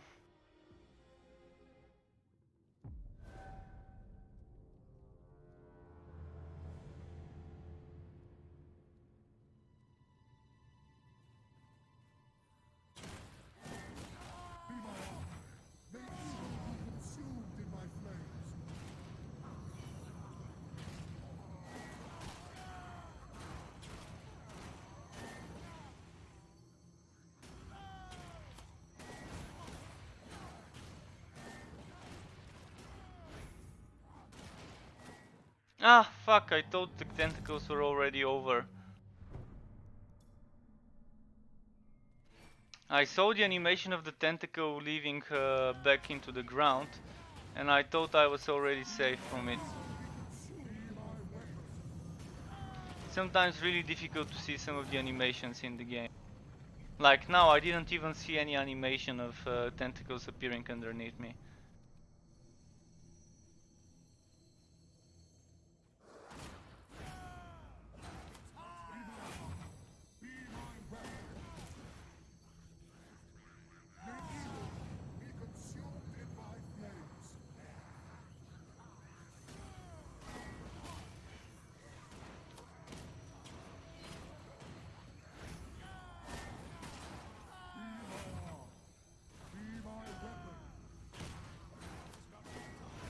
Oh, medium chest.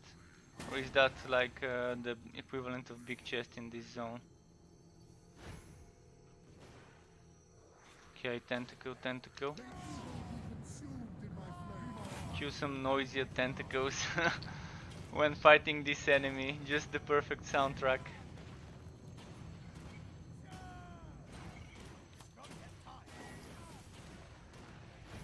Okay, I'm not gonna go there. Almost went back into the explosion. I can't tell you how many times I've done this. But it was definitely more than I would have wanted to. Like going right into the explosion as soon as I kill one of those enemies from a safe distance before I kill them.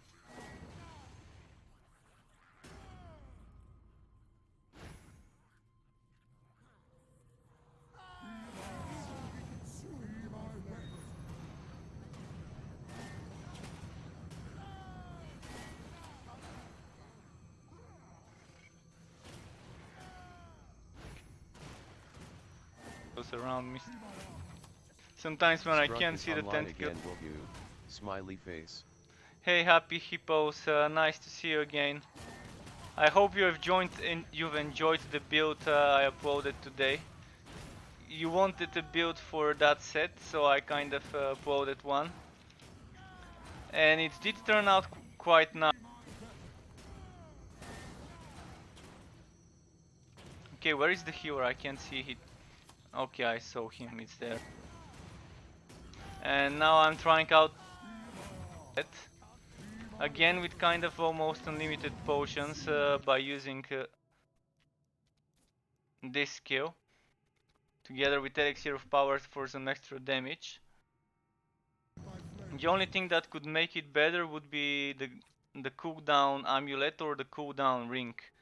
I think I can probably live without these god skills deal more damage, and if I get one of those amulets with cooldown reduction with good rolls,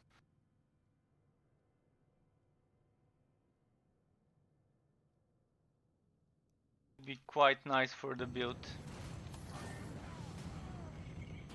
Did I kill the healer or is there a second one? I think I killed it.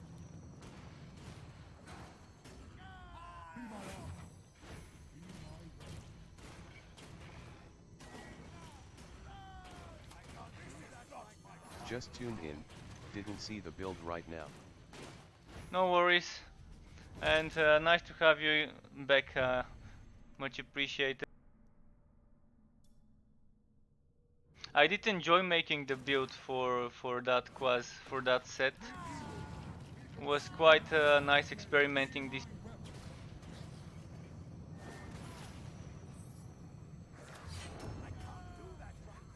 So I've got 4 sets, as I was saying to the viewers earlier. I've got 4 sets left to make builds for. So it's this set and the Skaven Killer set. So then there's the Eternity, not the Eternity, but the Starlight set, the one for summons on the Scout. I've also got Wasp Song left to make a build for, and the Dragon Tamer. So 1 set for each class left, and I still haven't decided which one to upload tomorrow as a build. So if anyone wants to see something, let me know and I'll prioritize that specific build for tomorrow.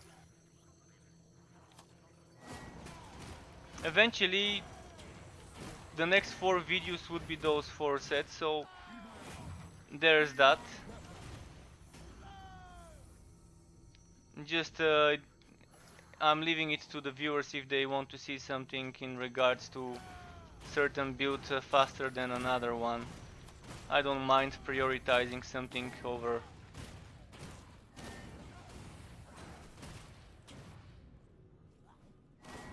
But yeah, the Meteoric Iron set is much fun. Especially the way I set up the skills, I think it makes it quite nice to play. Even with whacking some cooldown reduction and crit chance. Although crit chance I think I'm not whacking with this setup. Not with this shield. What difficult you are playing right now? Right now I'm playing Chaos 5. So this shield is supposed to be played with this set. Just look at the ability of this shield with this set. And thankfully this is my best shield because it's the only one that gives me crit chance. And just from this ability I can do all the way to 4 million damage. From the basic space bar shield charge ability. And it's improved from the set, so it has a bigger range. It looks like the Dragon Tamer wave, kind of, the animation. What does the set say? Increases the range of shield smash, sword enemies take more damage. So the thing is, this is making it stronger. And this is making it even more stronger because it increases the range. So if you can slow the enemies without using a meteoric iron shield, it would be nice. Let's see, what else can slow the enemies? Does Town slow? What about this? This slows the enemies, I think. No. Oh, this slows the enemies, perfect. So this can slow the enemies, and what about Ring of Resonance? It only stuns them.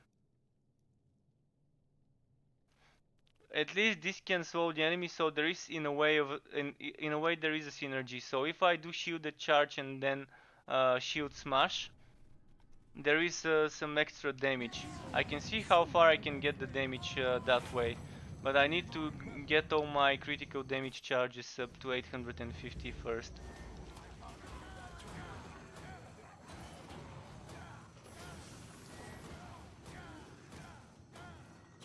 Okay, big wave, big wave. Let's dodge.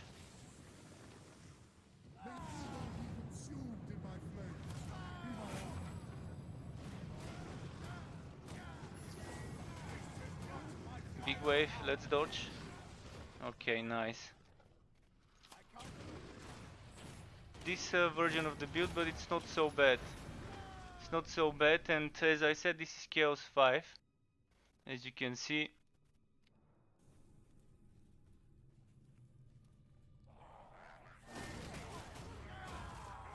Wow, 9 million. 9 million with just my spacebar ability. Okay, But this was right after swallowing them with shielded charge and without stacking up some crit damage bonus from taunt. My two skills with cooldown that can get me duelist chain reaction stacks are taunt and shielded charge. 850 crit damage is the best case scenario, and the good thing is each time I use shielded charge that's at least one stack, so if I do that shield charge and shield smash combo, the worst case would be at least one stack, Now so it's Chaos not so 5, bad. and you melt your way through. But I've got green gear, dude, that's why. You can't expect per se someone with red gear to melt their way through. But look at the build. BTW, if I write something here you get it 1 minute alter carrot. Later. Oh yeah, yeah, I know YouTube has huge delay. I don't know why. Twitch doesn't have such a delay. Twitch has around 7-8 seconds delay, I think. Mixer also doesn't seem to have a big delay, but YouTube seems to be very bad in regards to the live streaming delay. Google needs to step their game. I haven't added the option. There is an option to select to have some 10 seconds delay, but I haven't checked this one. And this will add another 10 seconds on top of that 1 minute or so. So I'd much rather not check it. At least I hope the quality is worth it for that extra 1 minute delay that YouTube is kind of making there. But yeah, if you need that build setup, I'm kind of using almost the same passives. It's not even almost exactly the same passives as my meteoric build. So the exact same passives for the god skill, and with slightly reworked skills here. Actually, it's not even slightly reworked. I just removed Divine Judgment, I think, is mastered. No, actually, that's it. That's exactly the same skills here on this side that my meteoric build is using. The only thing I changed was I added shielded charge 1 instead of break through the ranks, and I added pistolier. And I had to put mastered taunt instead of heroic taunt. So the only thing that got demoted was from shielded charge 2 in here we went to shielded charge 1 instead of break through the ranks 1. And it seems to work. It seems to work. I can only imagine how strong it would be if I use shielded charge mastered. But I don't think there's anything else worth sacrificing. I do like the ability to spam my potion.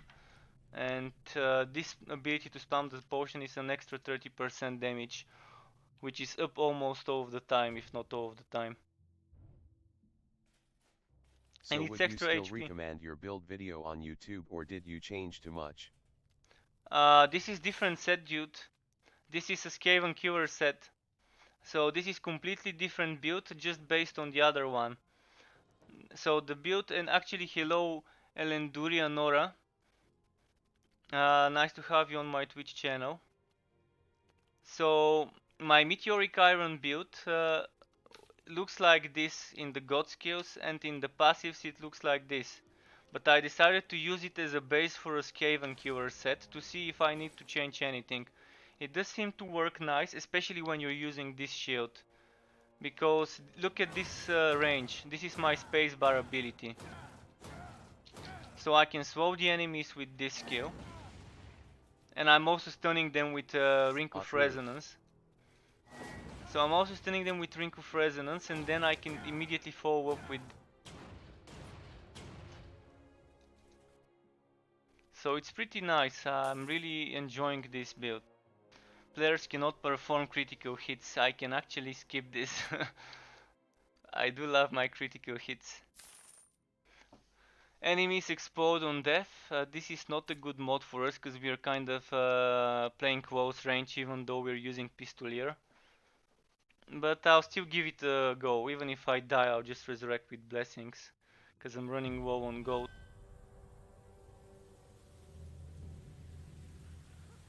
I'll avoid using Sigmar's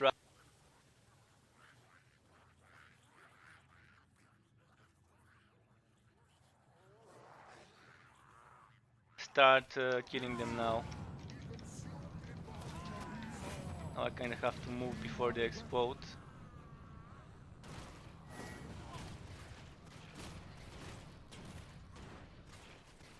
Ah fuck! 900% I really loot wanted quality, to. wow.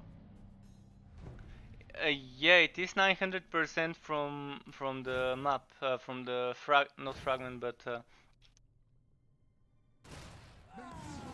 this is why it's a must-have thing to get when you're farming. Even if you're farming some easy difficulty, it's better. Because think of it this way, each chaos level adds 300%. So if you can't handle chaos 5, just do maxed out chaos 3. This would give you as if you're doing 5 map. Which is still nice. This is why I suggest to some people to just keep farming Grand Relic maps. Though a Grand Relic map, if you're doing an expedition on 3 chaos levels higher, or as if you're doing a lesser chaos map 2 chaos levels higher. Okay, the big guy with the tentacles got me, or maybe it might have been someone else exploding. With exploding enemies, it's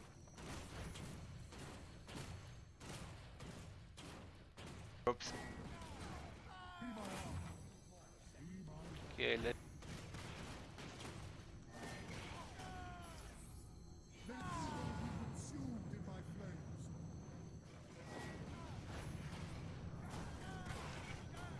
I still forget to use my spacebar.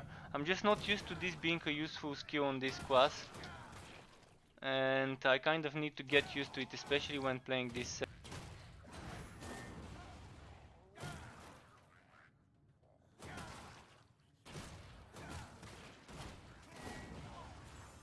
Okay. Killing me here.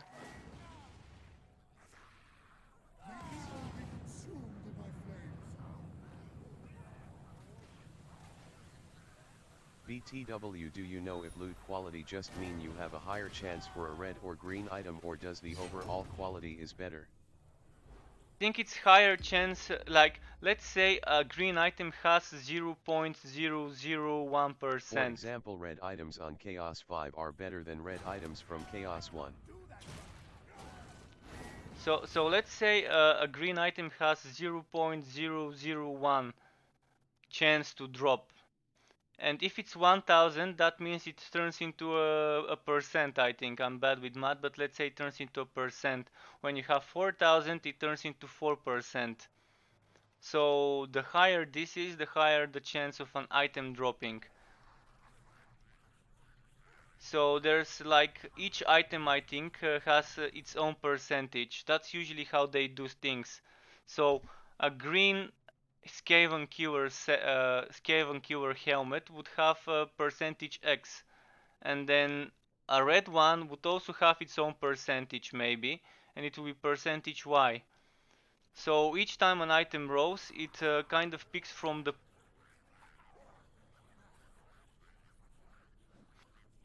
and end up seeing 3 different Skaven Killer helmets dropping at the same time. I've seen things like 3 different gauntlets of the exact same type of gauntlet dropping at the same time. All 3 of them were red, but still sometimes maybe one of them would be green. But it me or the same chest seeing the exact 3 items drop. This is purely RNG. I'm not sure that's how the system works in this game, but in most cases it works like this. It doesn't roll separately for rarity or for item. That's how some games do it. Some games would do it a separate row for the item and then it rolls another row for the rarity. Whereas I think most games do it, each rarity has its own item ID, and then each item with a unique item ID has its own different chance to drop. So if per se green item has green item like green Skaven helmet has 0.001%, and then the red version has 0.01%. Then they would have separate chances of dropping. I don't know. It needs to be asked to a developer, but that's kind of how it seems to me that the system is made. Now there are some spare enemies around me, so I'll keep using Magnus's weapon. But I do kind of have to get rid of the enemies, because they'll keep exploding in the worst possible moment. So what I'll do is I'll change to a Grudge Settler, because this boss doesn't summon additional monsters. So I would be benefiting from no damage from Magnus, just 50%. Oh fuck, how did he get me? So he seemed to have been swiping the other way, but he still got me. This boss must be a big fan of Tinder. Look at him swiping left or right with this tail. You never know. Tinder for demons, swipe with your tail.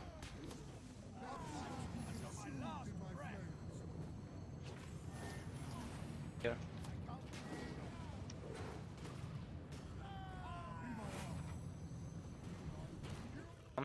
Come on, he was so close. I decided to just play it risky and see if he'll kill me or I'll kill him. For the last few seconds. It was either him or me. In this case it was me.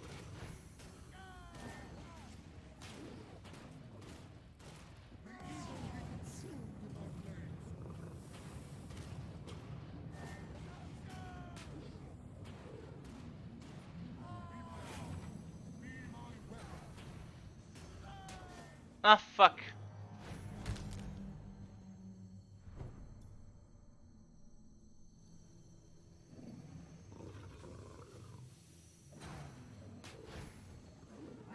I would like to see a Ranger Summoner build viable in Chaos 5,6 or 7. Show you Chaos 5 right now. I can even upload it tomorrow if you want. Chaos 6 probably not yet, but in the right hands it will be viable. With green gear. Should be able to do Chaos 5 so with green gear, regardless of the build. I'll show you after this a summoner build for Chaos 5. What's poisoning me so much? Is it the poison fields on the ground? Me too. Oh, look at my HP, it's 32,000 HP. That explains why I'm dying so often. So I'm using my potions, then my HP is going down. And that means why the boss is one-shotting me with the 43,000 damage skill. I did not notice this mod. Now that I know it, I can kind of be a bit more careful with potions. I can try and use it just a couple of times. Our damage.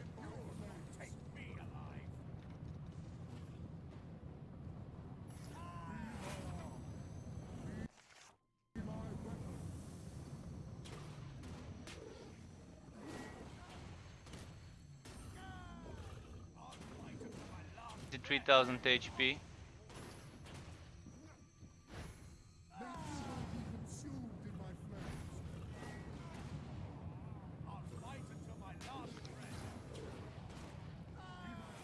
Ah fuck the poison.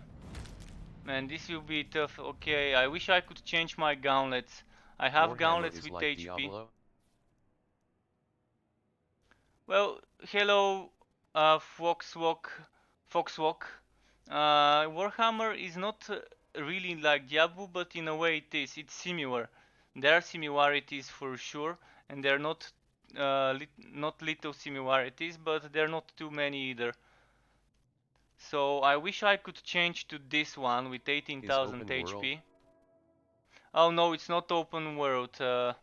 It's kind of based like Diablo, and you're only seeing your party members in the instance zones and in the dungeons. Go. So let's see. You can do it. If I could equip my gauntlets, that extra 18,000 like 25 the bonuses, but clear.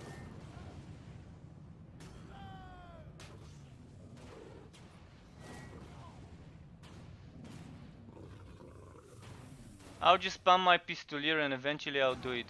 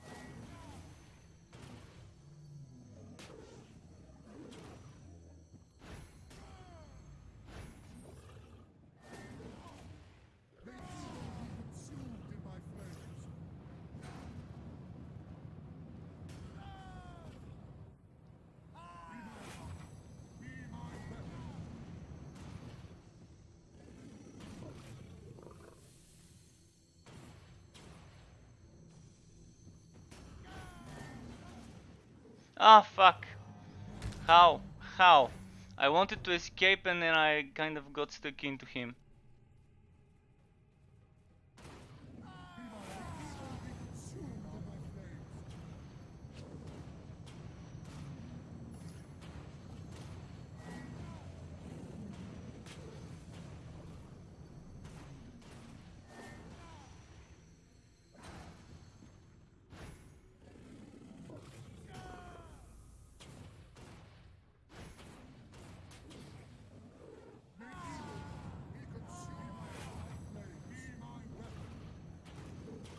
I'll fight until my last breath.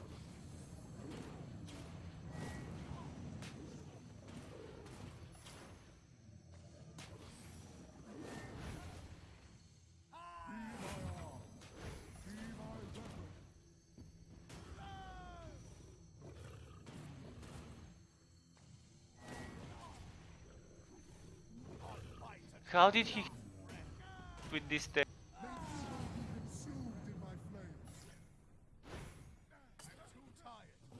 No, I don't have energy.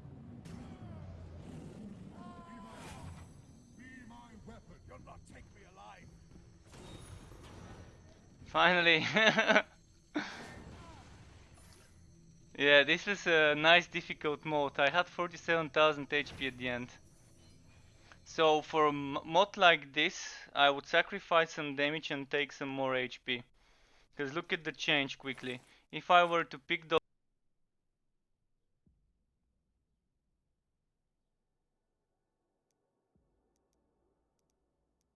to like 134, so it turned out to be like 20,000 more. But that's what I get After the for not meteor reading the build map summoner is mods. my fave playstyle. A video with skills, god tree, and stats to look at on gear would be RLY helpful. I think many people struggle with Green's ATM. GJ. Yeah, I need. Huh, Thanks, good thanks. job. Let me quickly show you a summoner build. So let's go to my scout, and I can try and show you kind of what I do when I play summoner on that class. I was experimenting with it the other day. Summoner rocks. What difficulty am I on? Chaos 5. Okay. Do I have the summoner set with me? So it's in my warehouse. Okay.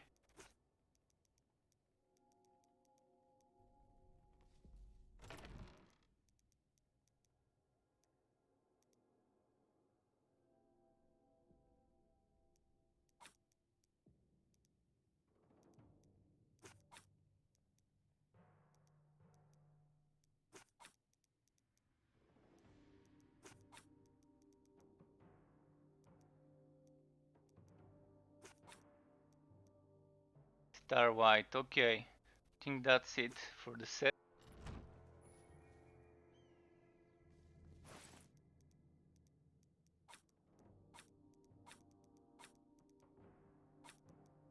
So now let's pick the best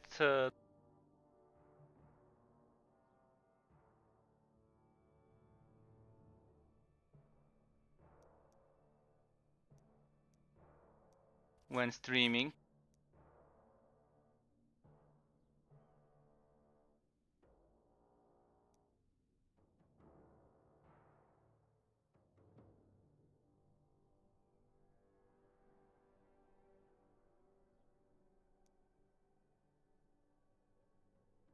So let's equip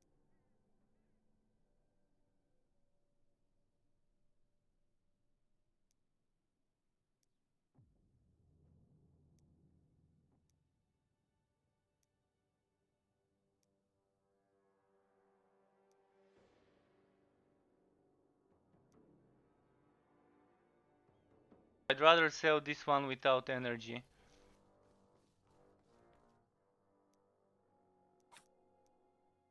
Which one was it? This one.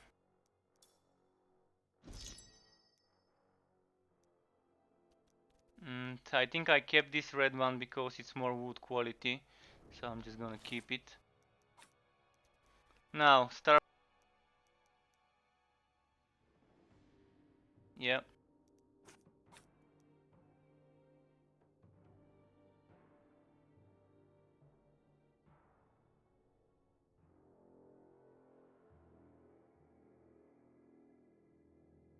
This one. Crit damage, HP, and flat damage. And flat damage is the most important in this slot. Flat damage and HP. Even if you lose the crit damage, the flat damage is huge boost. And this even has a 666 at the start. The devil's lucky number here. Now for the summoner build, of course you would be using, what was it called? The summoner build. Now you have two options. One option would be to get some health back from the monsters. So when the summons attack, they're healing you. And not just you, your allies as well. 5% HP for each hit of the summoned creatures. The other one would be this one. Each successful crit for the enemies adds another 2%, and I think this stacks 10 times, which means 20 more percent for the summons, which is like 40% for the summoners. So if you're having trouble surviving, use this. If you're not having trouble surviving, use this. Now I need to remove something, and I'll remove this for now.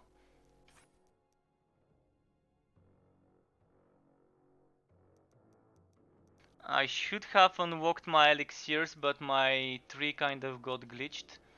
I can try and maybe unlock it in a moment. Now we don't need the two traps, maybe just one of them.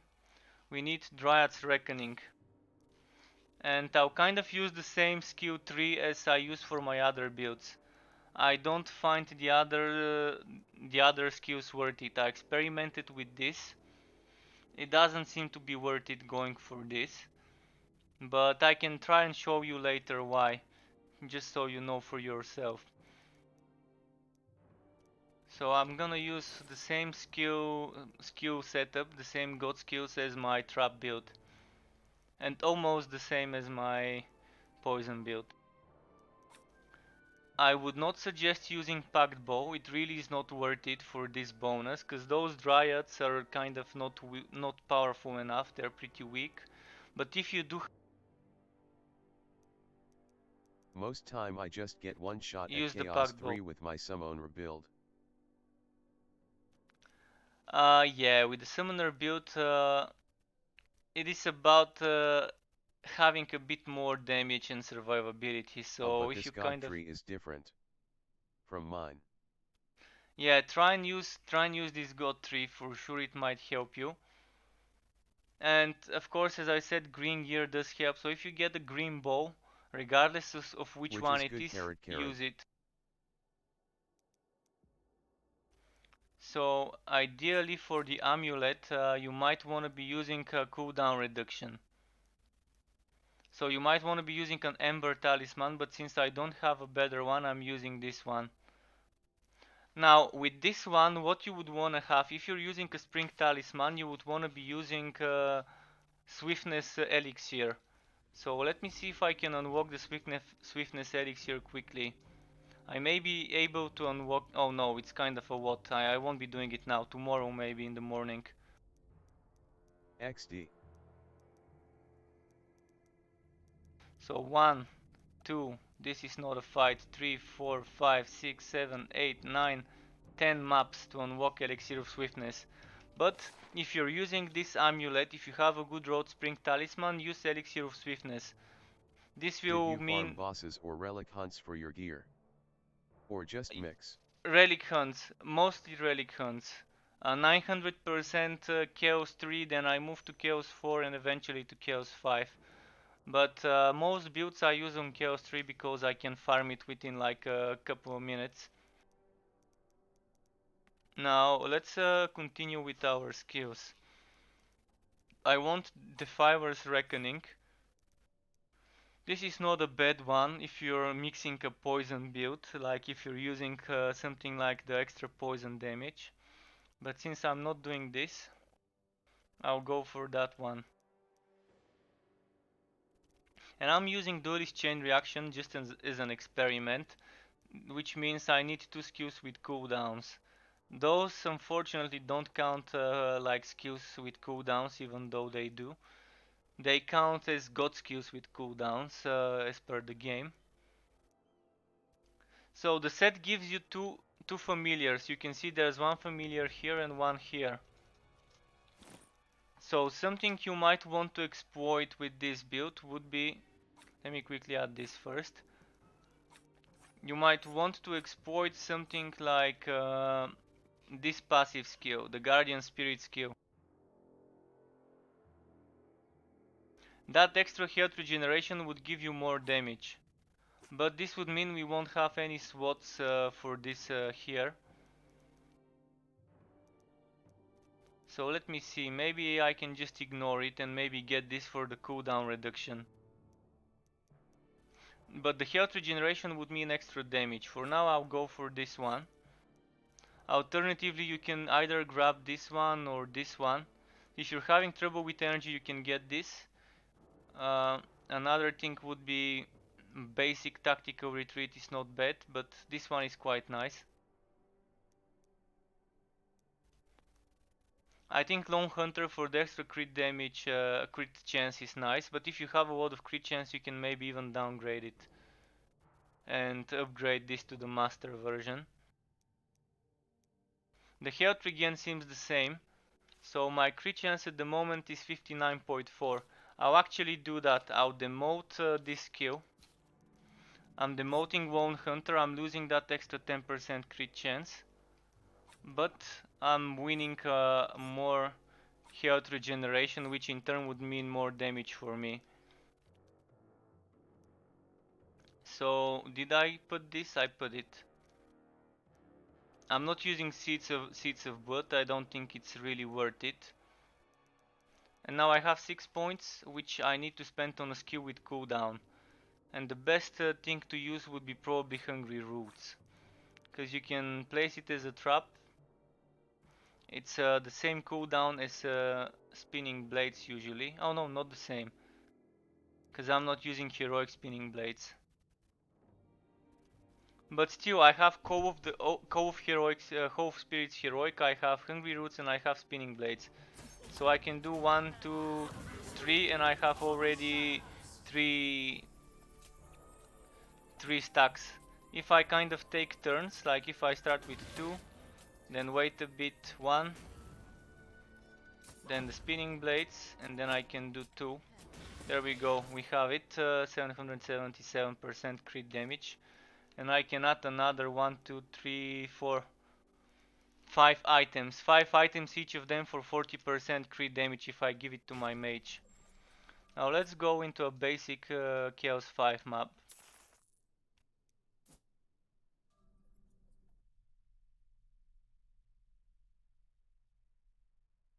Remember, Queen's Rat would give us health regeneration, and it can stack.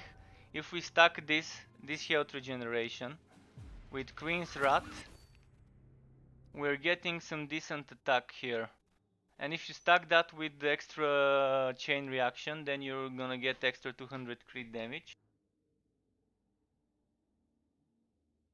But try to have your crit chance That's above a lot crit 45%. DMG. It can go even further. As I said, I can get another 40, 40, 40, 40, 40. So another 200 crit boom. damage.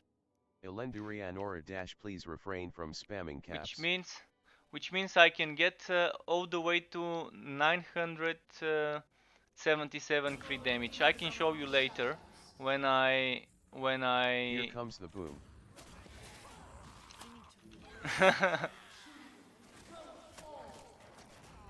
Of course, this is not so much damage as you would want to see on a summoner build.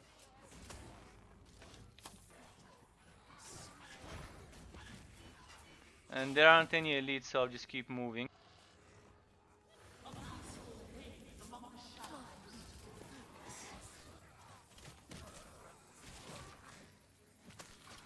Am I using an elixir now?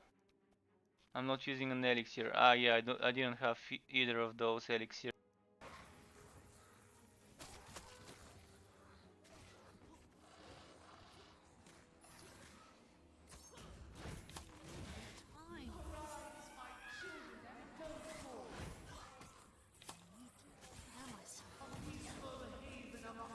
You just have to keep dodging though. It's not gonna be as effective as a trap build or as a poison build. And you might want to replace this for whatever you like. If you like Surfwhite, if you like Crippling Daggers, you can replace it. You might even be okay with replacing Spinning Blades for something else. But since I'm using Ring of Resonance, I kind of can stun the enemies with 3 different skills. What's needed is more cooldown reduction, so I would strongly suggest if you can, instead of Untamed Ring, use Ring of the Guardian. And if you're not using Spring Talisman, use Amber Talisman. Spring Talisman is only good if you're using elixirs for extra damage or extra cooldown reduction. How many skill points available? 1. So eventually later on you might want to demote this, or you might want to demote something else. Maybe you could demote this a bit. And then when you demote this, you will free up another 4 points and you can remove this and put one of the elixirs. Or remove this, but I strongly would suggest not removing the chain reaction. You can see I just stunned him with my chain reaction.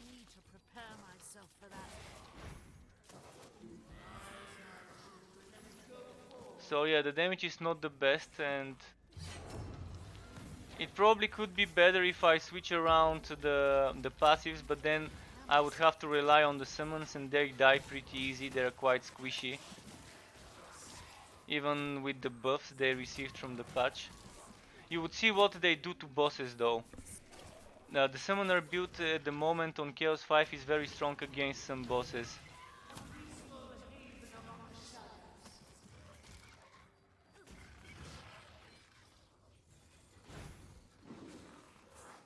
You can see now on this elite, if they focus the same target, it's pretty strong. If they kind of split their damage, it's not so.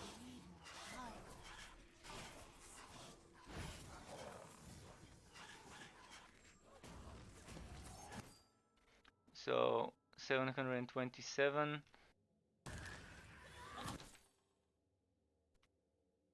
I can probably get it even more. Let's see. I was trying to stack the familiar with the Queen's Rat and with the Duelist Chain Reaction just to see how much the attack.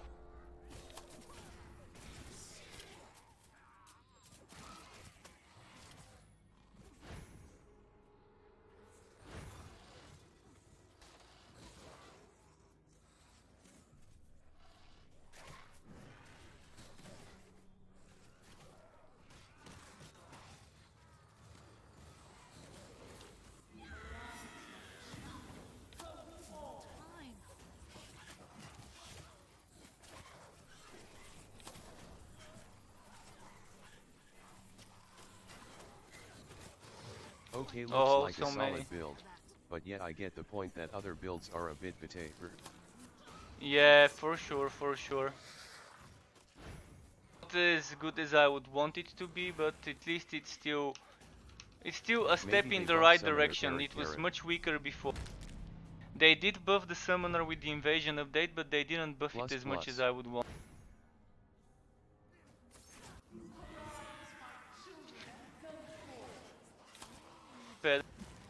I bless my items with 40% crit damage. And if I focus more on the cooldown reduction items, because the cooldown reduction is key for a summoner build.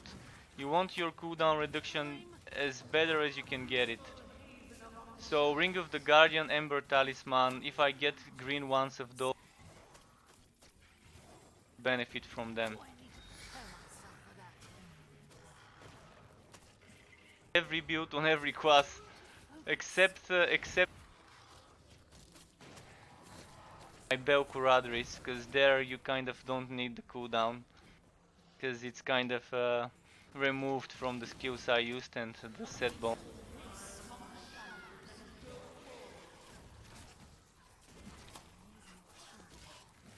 The Belcuradris mage build, by the way, is very good for farming Chaos 3 speedruns. It has very fast mobility. So if you want to farm mage gear, I'd strongly suggest using my Belcuradris build. The Equilibrium build. The War Master of what was it?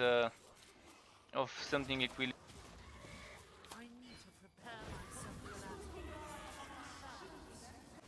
Let's see. No, I didn't stack the crit damage now. I'm trying to stack the crit damage with the Familiar and Queen's Rat. Okay, there we go. 1.3 million attack on the build, and that's without blessings. So after this I'm gonna give the gear to the mage to bless it, and we'll see how much attack we can get, how big the crits could get.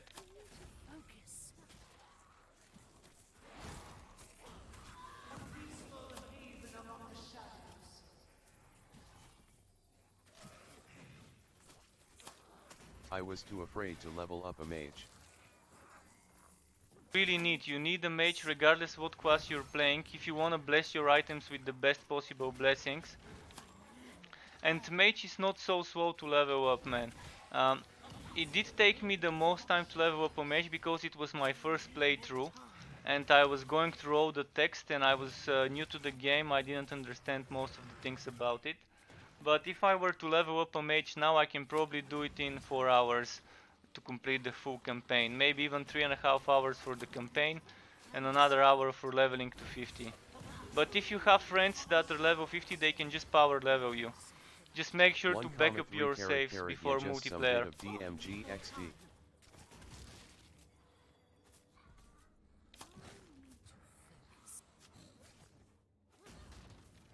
Yeah, a bit of damage is sometimes pretty nice to have.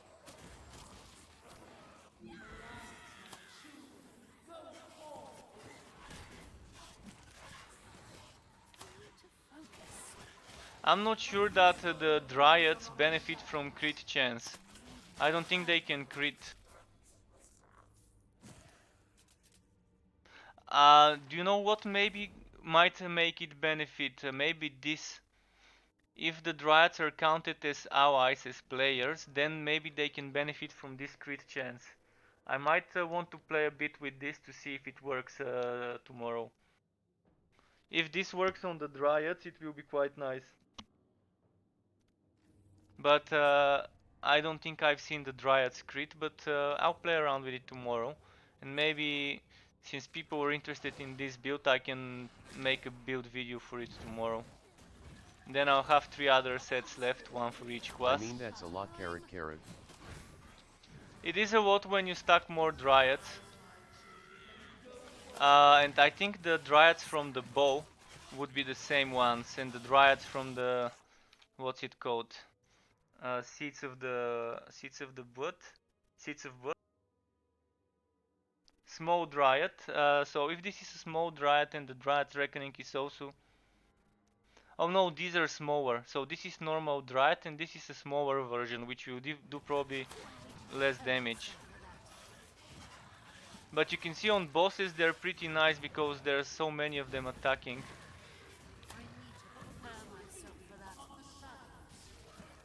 You can kind of just kite. But if the boss is a high level boss, they would just destroy your summon pretty easily. So on Chaos 5 it's not bad with green gear, but I don't think Chaos 6 would be efficient to do with a summoner build. But let me try and upgrade my gear now just to see how good I can get it to be. And this is a solid setup even for a summoner build. This also seems to be decent. Instead of taking the crit chance, taking that just the health regeneration and then getting extra health regeneration from this one here and from this one here. Extra 200 crit damage from the duelist chain reaction, 5% crit chance from this. And if you need to get healing, you can demote this. This can heal you. So you can demote it instead of gaining extra 10 stacks of 2 damage. You can get extra 5% HP for each hit. Not each hit, but there's a chance, but most of the time you will be getting your HP full all the time. So now what we are doing is, first of all I need to bless the items with some junk blessings, so I can distinguish them in my storage. So I'll just do this.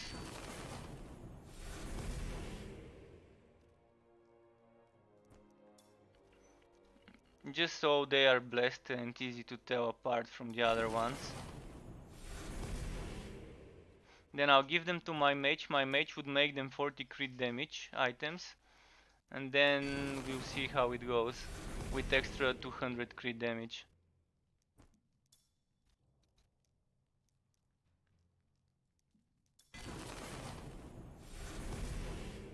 I'm very excited to see what's coming new for Summoner and OFC other builds, Meteor. Yep, I think every build except the undefeated set build needs a buff. Slight buff. I will Maybe watch your Meteor build and play a bit. Maybe the undefeated set needs a slight nerf, but not a heavy nerf. Just maybe like 15%, 20% less damage done with the undefeated set. And every other Keep set needs at least 30-35% buff to be viable for Chaos 7. But they really have to be careful in regards to nerfing and buffing. Now let me quickly do Star White Dust, and I'm glad you're thinking like that, guys. It means much to me hearing and reading those things from you. So boots, and I think that's it. 5 items I need to bless on my mage. I'll not change difficulty. Exit.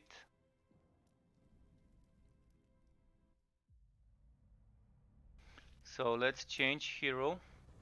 Go to the mage.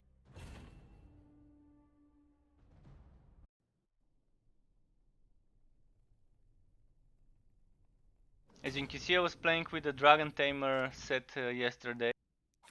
So it was, what was it? Helmet, chest. Oh, I think I picked the wrong one, yeah. Helmet, chest, legs, and was it boots? Yeah. So I had the gloves as well, okay. What, wait, I think I've put more items than I needed. Well, anyways, let's just buff them with a blessing. Okay, RLY gonna leave right now. Hype for playing myself right now, carrot. No worries, dude. Thank you for being here, and I hope you enjoy the meteoric build and have lots of fun while playing it. See ya. Thank you. See you, dude. Thanks for being here today as well.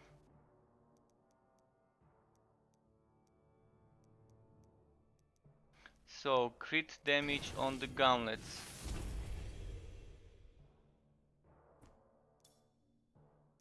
Let's do the boots next.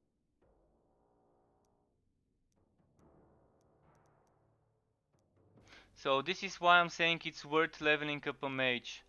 Just for the blessing as a reason alone, even if you don't play it, it's worth it. Even if you just keep it with yellow gear at level 50, it's still worth having a mage to do the blessings for you. Having 2.5 crit chance or 40% crit damage or some extra armor piercing if you want to go for an armor piercing build. Some builds can sacrifice some crit damage, and instead of getting some crit damage they can get armor piercing. Especially if you're using the duelist chain reaction, you can actually try and go for a stacking of armor piercing. But unlike Vermintide, I think here the armor piercing is not as useful at the moment, the way the game is set up. It still helps though, it still helps, especially if you're using something like Pistolier. This is extra 30% armor piercing, so if you get it to like 30 without Pistolier, that's gonna be 60 altogether.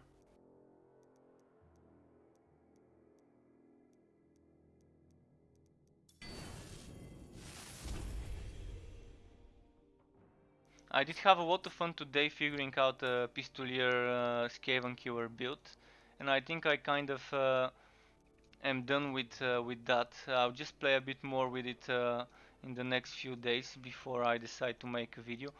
Maybe after the scout video there will be a video for the Dragon Tamer. I did today figure out a Wast Song build as well. So I'm kind of done with figuring out the builds. I just need to, for the next 4 days, pop out the last remaining 4 sets, one video for each of them. And then we'll see what we'll be doing after that.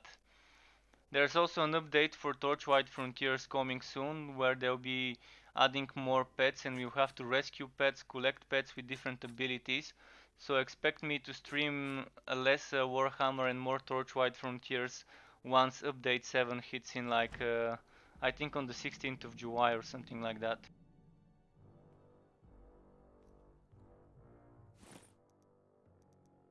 If I have time tomorrow, I can probably make a video discussing those patch notes. Not patch notes, but update notes before the patch. Now let's go back to the summoner.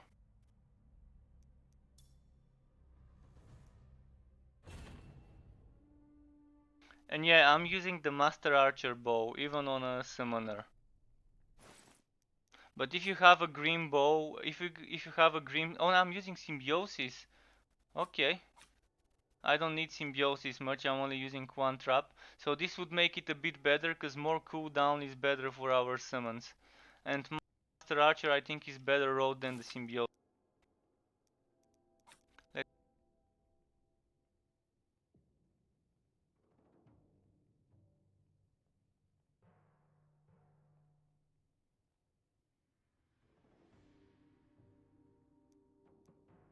And only this would benefit from the trap bonus, and it's not my main source of damage anyways. I didn't notice I was using the wrong bow, but whatever bow you get as a green drop first, use it. A green is complete almost double the damage of a red bow, just from the flat damage itself. So even if it gives a lot of crit chance and crit damage, it will still be probably 30% better if you count the flat damage from a green bow. The same goes for gauntlets. Gauntlets with flat damage would be better than green ones only if the green ones don't have flat damage. Like sometimes you might see me using red gauntlets instead of green, and that will be because the red ones would have flat damage. I think I'm missing something.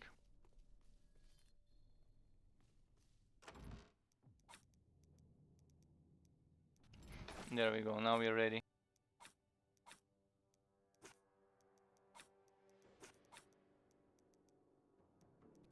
Okay.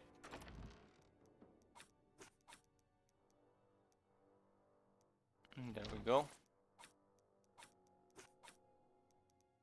Wow, did I even take anything from the chest?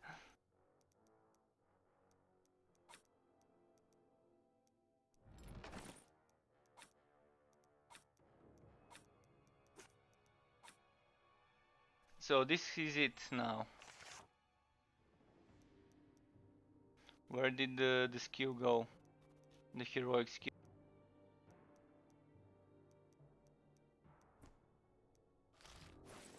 I'm missing something. Star White, Star White, Star White, Star White. Oh, Eternity.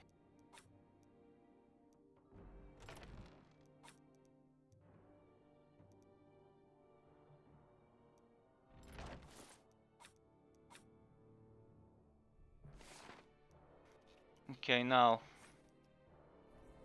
if I stack my crit damage, let's see what will happen. So 2, waiting a bit, this, waiting a bit, this, doing this. Ah fuck, I ruined it.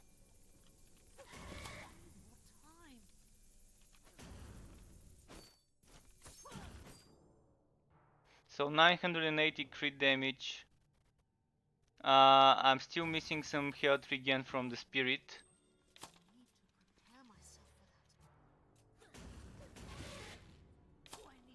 I wanna stack it with Queen's Wrath just to see the numbers.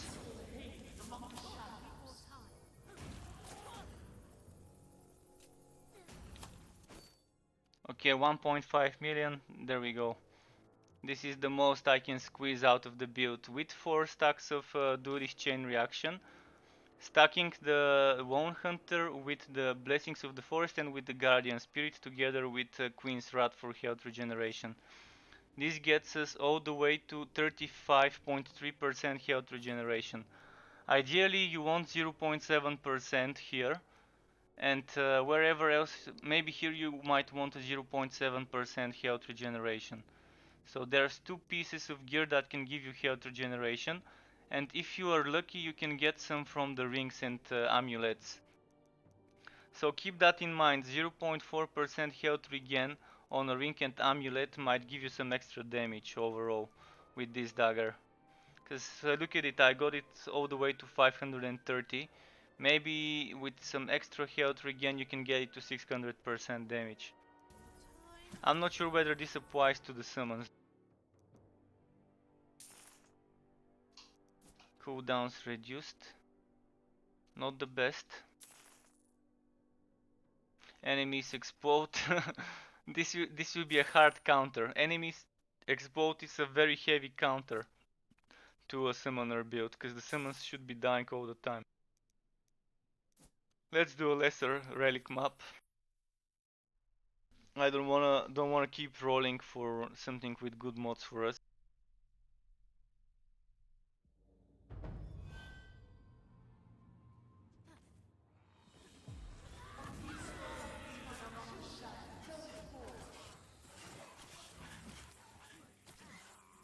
And just I tried the summons on Keeper of 4,000. Secrets Chaos 7. They stayed alive. Nice. That's very good to know. But the problem is you might not be able to stay alive on Chaos 7. On Chaos 7 boss rushes, most things can one-shot you.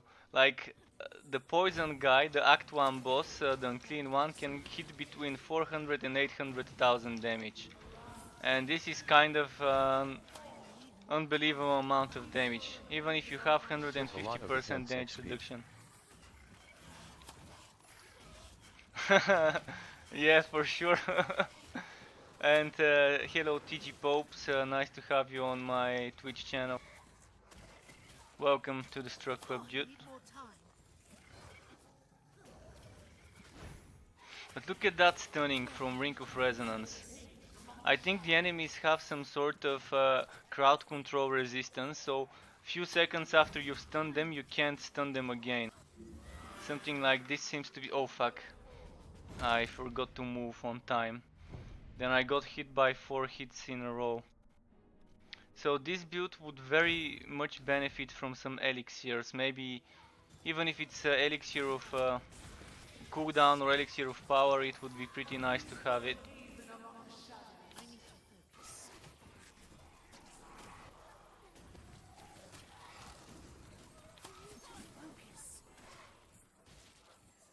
So it's all about staying alive. I think going for a crit damage build is better than going for something like this Nature's Herald. Because those nodes are mostly cost reduction and energy oriented. And I don't think we need cost reduction and energy. If you wanna go for a cost reduction energy oriented build, then you better be using Kelvin Shot. Or something like Reflex Shot. So you have to be using some energy skill, which means you won't be using many cooldown skills, and in turn you won't be benefiting from do this chain reaction as you want to be. So if you think you don't need do this chain reaction, then you can kind of get rid of it and go for a build that doesn't use so much crit damage, and more of a build that tries to make the summons a bit better. I did experiment with all of it, and for me this seems to be the most effective way, the way I play the build. The most effective build for me. But for some other people, maybe another build would be more suitable with the summons. But yeah, if you're using energy, this is a great skill, and this is a great skill. Those two are one of my favorite energy using skills. I don't find this to be very useful, but maybe it will go through some buffs and reworks to make it more viable for some builds. Because this seems to be great for a summoner build. This seems to be the exact skill someone with a summoner build would need, if only it was slightly more powerful.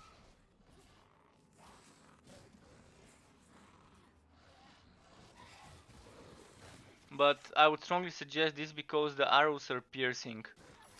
So if you want to go for energy using instead of cooldown skill build, then those piercing arrows would be your best choice probably.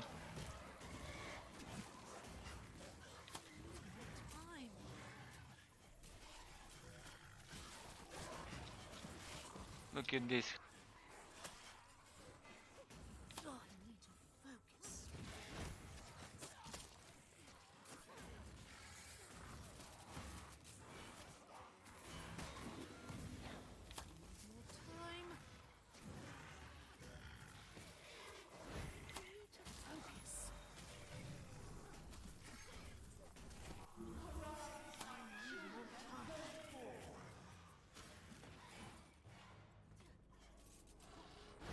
Okay, while the drats are still up, let's see what we can do.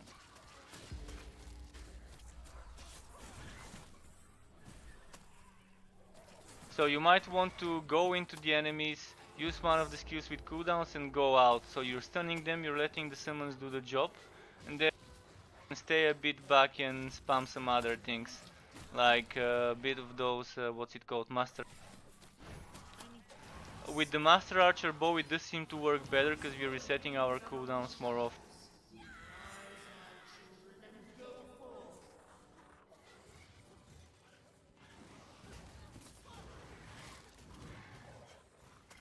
And I'm really liking how I can stun even elites and bosses with the Ring of Resonance. But the Ring of Resonance might be a bit tricky to get with a scout, especially if you try to not get the extra corruption resistance. I do think you would really need to get those 4 corruption resistance nodes. And any other nodes that debuff the enemies and buff you would also be nice to have if you try not to rush it and just take it slow with the invasion nodes. Not really sure what exploded, but something exploded in my feet. And it wasn't one of those big enemies, because he died over here, the big enemy.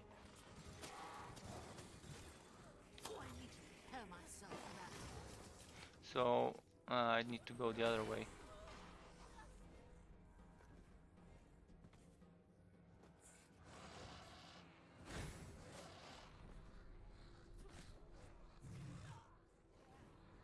Okay, that's a lot of enemies. Let's stop here.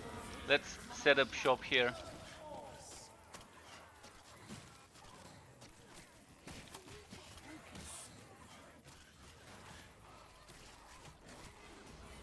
Gains energy quite often by having those 2 familiars from the set.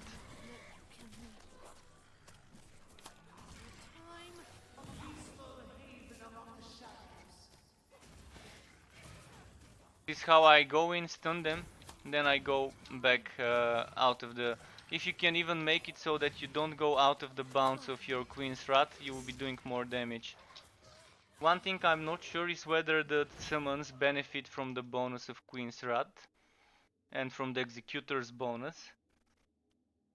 But even if they don't, at least hopefully they benefit from the health regeneration.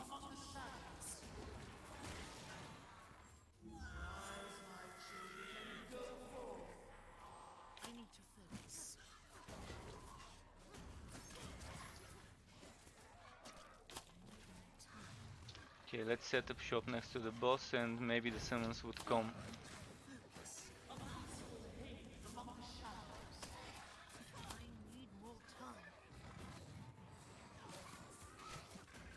Trying to get next to the boss, stun him, and then to go on the other direction where he's not facing, regardless which one of the three choices I pick. Now with the summons, look at that. There we go. As soon as they recharged my cooldown, they kind of melted him.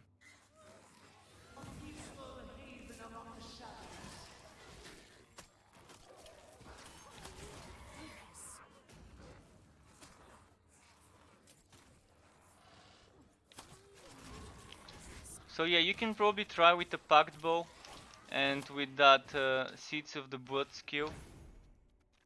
And this build does have it, it's just not in my choice of passives, but you can try and remove some of the health regeneration. Like you can try removing Blessings of the Forest and see if it works for you, and maybe even remove this, because it doesn't matter which one you remove, but this is only health regeneration and it's 18 points. So next we'll be trying this. I'm gonna remove it and I'm gonna check out how it works with the other one. This is 18 points, which could help us play around with the skills more. This is also 18 points. Well, look at this. Hitting an enemy has a higher chance to make a small drought appear. This is the exact same thing. Maybe it should say an even higher chance. Okay. Well, let's use this and see how it will go for the build.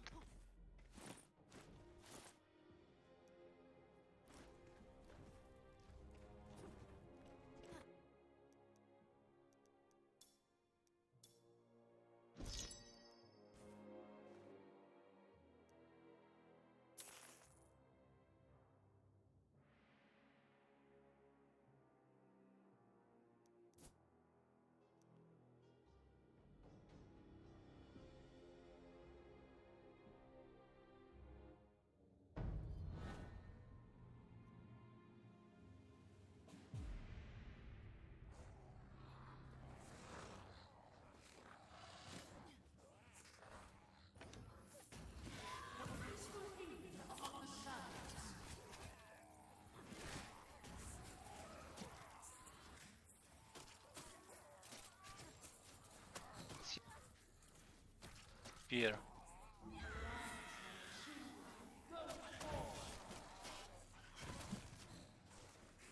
I think many one appear there. Just made one appear here. So maybe if you're using this passive, this is the best skill to use. Master Archer. This is many little arrows per second. Much better than Surefire Arrow or Crippling Blade. So for Seeds of the Blood, this is the skill to go for energy regaining skill. Because you do need at least one energy regaining skill in Summoner build, just in case.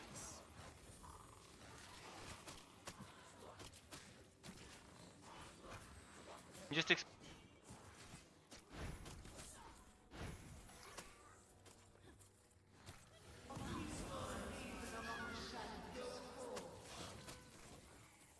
kill an enemy, they also...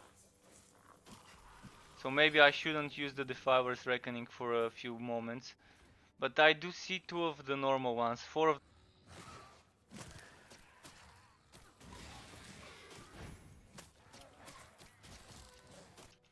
just see what it says here. This is a normal dryad, it doesn't say small. And this also doesn't say small, but they're a bit greener, the other ones are a bit more brown.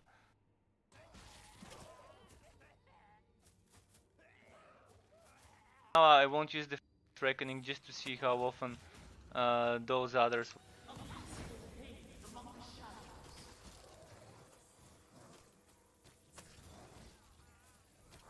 Dryads, because that much damage.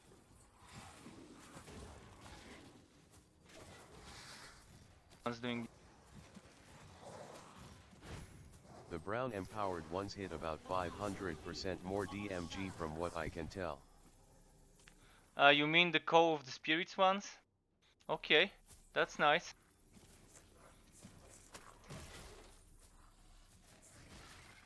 So that I can summon.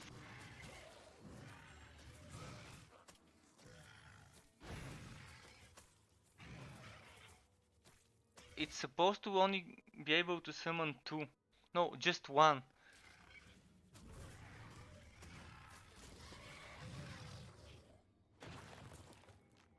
And even though I can summon just half. It summons 4. Oh, it summons 4. Wait, it says you can only summon 1 at a time. Look, I'm summoning 1. It's. Well.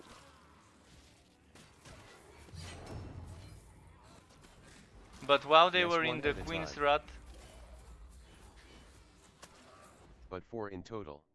Oh, I can have 4 in total. It never says that I can have 4 in total. That's nice. That's.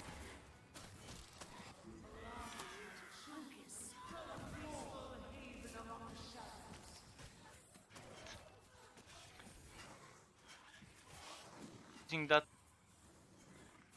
Sacrificing this skill. Which means I can save those points.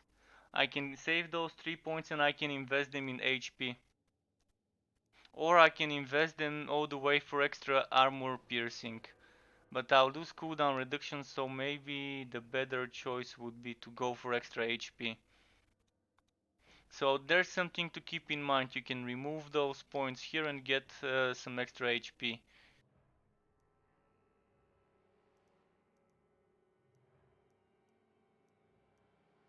This can also give us some extra damage reduction or some extra damage cost reduction. We can even go for this armor piercing, but I don't think it's worth it. So yeah, the best thing we can get for those skill points, which we may not need now, would be You that get extra 3 points so you can take 10% DMG and the more HP. You mean this one? Well, if we don't need the energy, this is nice. But if you think you need the energy, I'm still not convinced whether I would need that Yes. energy, but this is nice. This is quite nice for sure. So there's 3 points. We can get this, but if only I had another 4th point just to grab the HP as well. Ah, we can get 6 energy here, so you can get 6 energy and you can get the damage. That means you're only losing 4% energy. But if you think you don't need the 6 energy, that's fine. Just take this and then take those 2% damage and then those 2% armor piercing. This would be the best choice. Get that armor piercing and get that damage. And it should be fine. You The DMG probably won't comes need from the down below. You only need 1 point to take the DMG.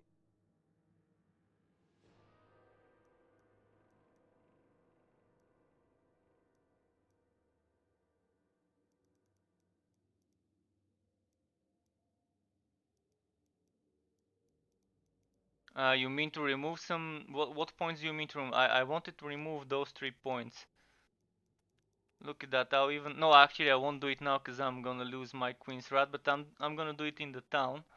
I'm gonna remove those 3 points. I'm gonna take damage, extra damage, and armor piercing.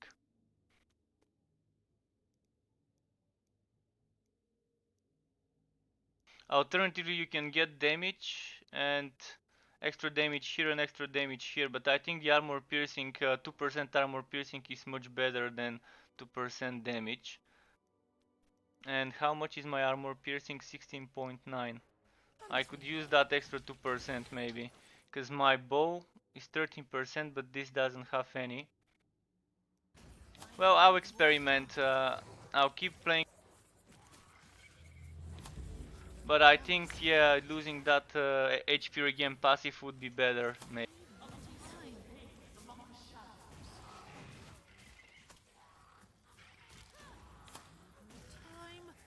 And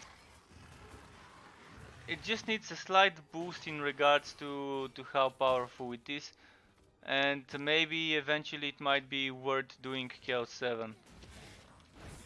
All builds need a slight nudge, only the undefeated build needs a very slight debuff, like 15% less damage maybe. For the undefeated would be fine. It can still be able to do Chaos 7. But it just won't be curb stomping everything, it would need a bit more effort. But the other builds need to kind of be brought on par. Who has the undefeated?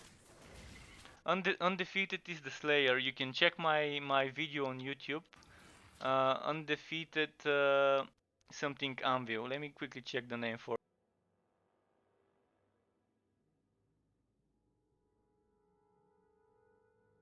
Code Undefeated Duelists Anvil. Slayer build. If you see the damage on this build, you would be surprised how strong it is. It was update, but now after the invasion update it became even stronger.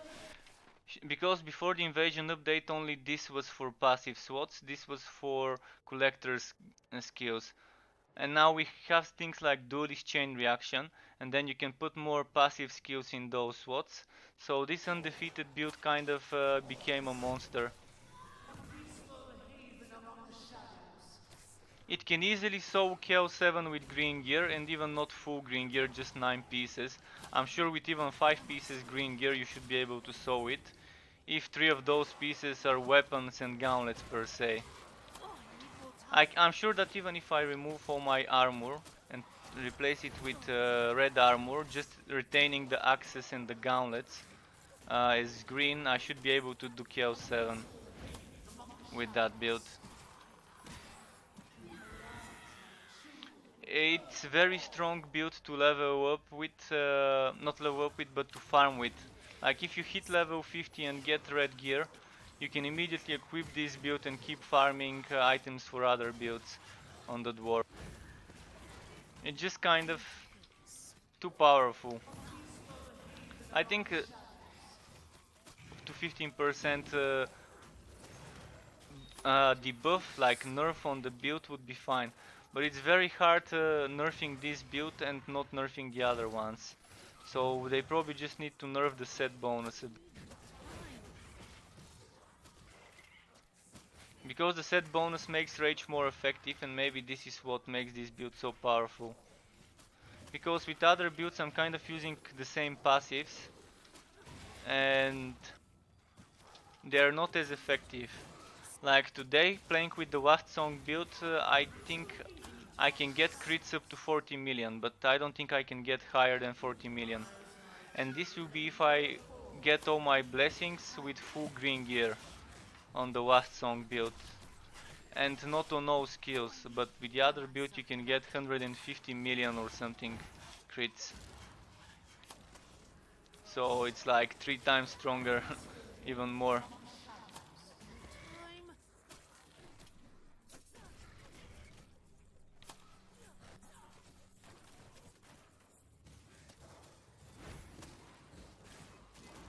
Song it won't be bad. It would be slightly better than the Grimnir set. In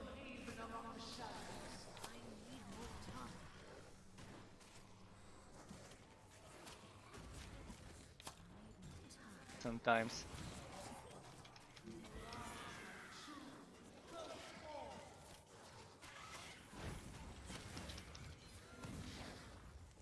I wonder if the poison counts as a hit which can proc a Dryad summoning. Each poison hit of the Queen's what's it called, the Queen's Rat. If each of those hits has a chance to summon one of those Dryads from the Seeds of the Blood.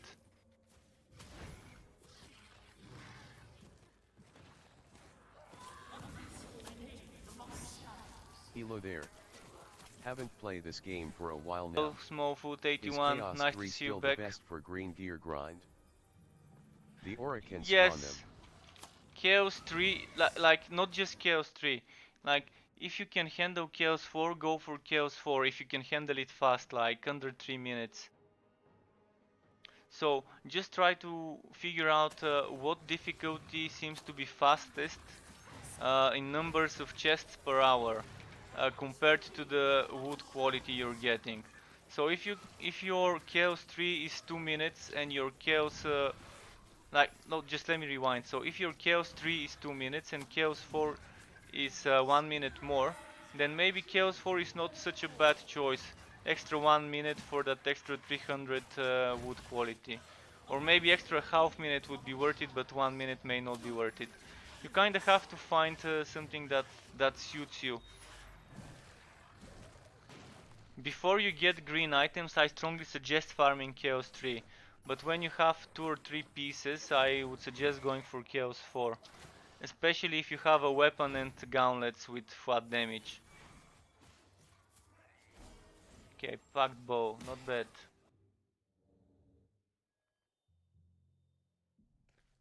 And thank you TJ Popes for telling me that the aura can spawn those.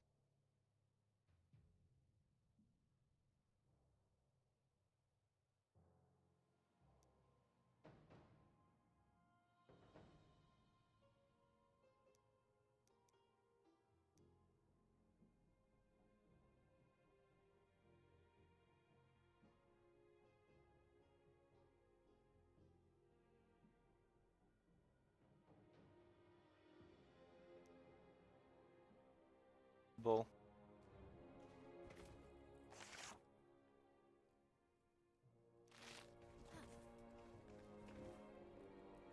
This set does look very nice though. They kind of tweaked a bit the colors on the green gear. So the red had slightly different colors, I think. The shading wasn't blue. It's probably my favorite set of the class.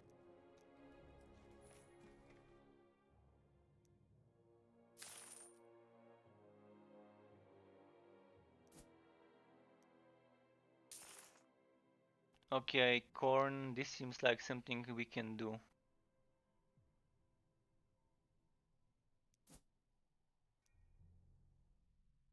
So yeah, this is a fun build.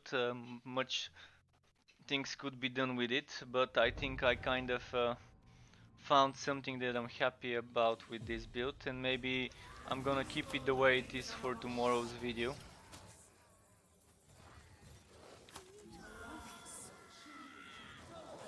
Oh, I forgot to change the god skills. Okay, let me quickly leave the area, change the god skills to what I wanted, and then I'll keep it the way it is.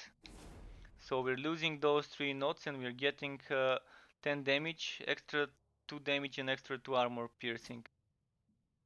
But this is optional. Someone could get, instead of the extra armor piercing, they can get extra damage or extra HP.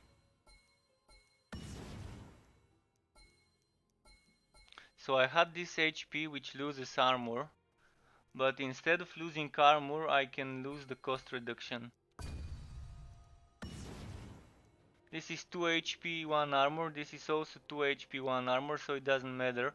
I just change things around. Instead of losing armor, I'd rather lose the cost reduction. Oh fuck. And this I should not have taken. What if you remove 25% critical damage? That would give you 4 points. Which one? This one? Wait, just a second. To see which one you mean.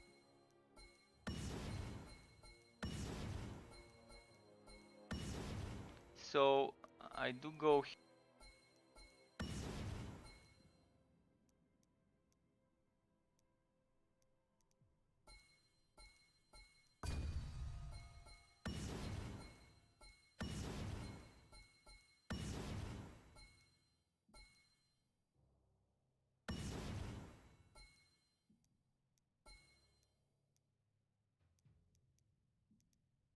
Which 25% critical damage?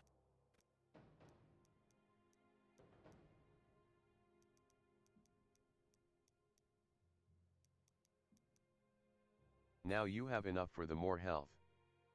But I didn't have this before. I stopped here before the build didn't have those points. If you lost one of those 25% ones. Oh no, I don't need more health. Someone else might need it. I can mention it in my video that someone else might need to sacrifice some crit damage if they're leveling and need more HP. But at the moment with green gear, look at my HP. It's kind of not the HP that's the problem now. On Chaos 7 you need a lot of damage mostly on maps. You can survive the bosses as long as you're dodging properly and healing up, but Health increases HP regen from skills. yeah, I know. Health increases the HP regen, so I can just double check it. Now it's 502% attack.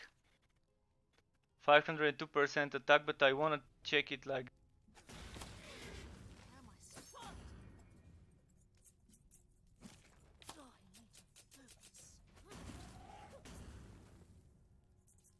Wait, I have to stack my... build my stacks up just to see how it...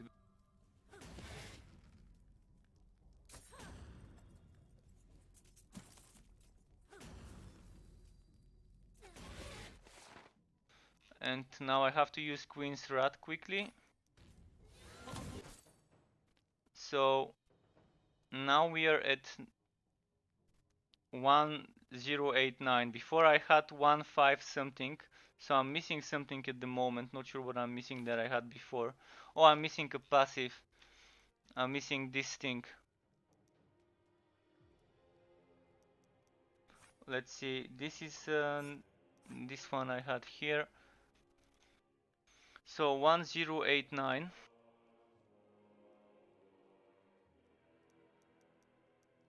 And here we had the Fire's Reckoning. Okay, 1089. Now let's try the other way. Let's try what you suggested just to see how it goes.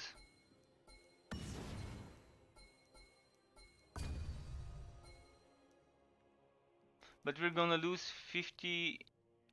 No, not 50, just 25% crit damage. Although this build is all about stacking, well, for me most of my builds are all about stacking crit damage. But let's see how it goes. Hey ho, just saw in the build video for the Imperial Soldier that they have a translate mistake in the equipment. Meteor set in Germany is the one with the free hammer skill which spawn meteors carat. Well, wait, it was like that before. Cool build. Look, dude, before the changes, before the invasion update, Meteor was the set that spawned the Justice of the Empire, the meteors. But then in the invasion patch they changed it. The heroic meteor skill, Justice of the Empire, went to the Solan set, and the heroic taunt went to the meteoric set. They kind of switched them up. So maybe they kind of forgot to change the text there. Now we're losing 25% crit damage. So I'll have to check how much we can get now. Do you think there is a Imperial Soldier build out there viable with the hammer on the ground, and spawn meteors?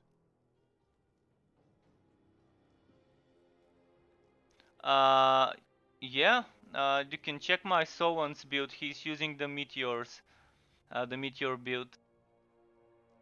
I'm not sure what you mean hammer on the ground.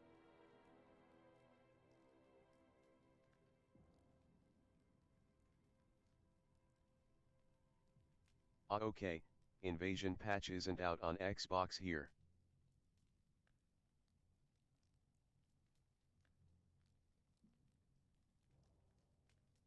This is the one you're looking for, so after the invasion patch, this is the meteor build.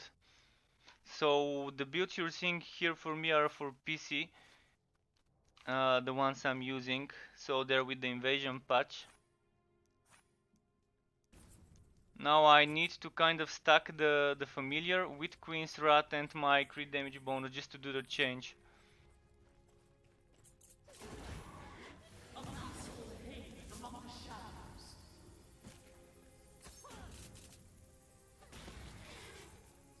Come on, familiar.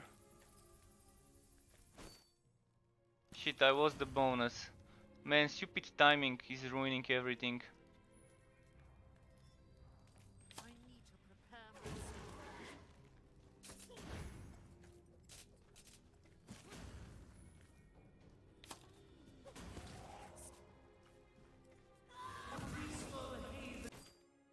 Okay, now the stupid familiar is not ready. Man, this is so annoying. I wanna just test some things. And the stupid cooldowns. I wish we had no cooldown in the town.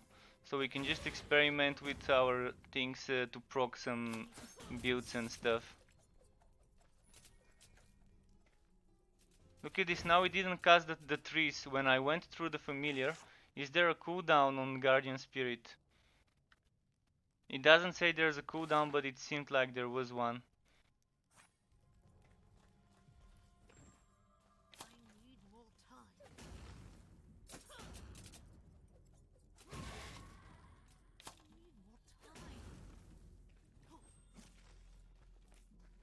Fuck, I lost it again. Fucking stupid cooldown.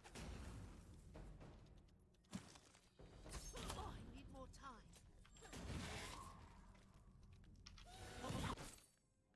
Okay, nice. Now I can test it. Okay, this isn't bad. Due to the duelist chain reaction, I can afford losing those extra crit damage nodes, this 25%, and the HP is quite nice, 168. You are right.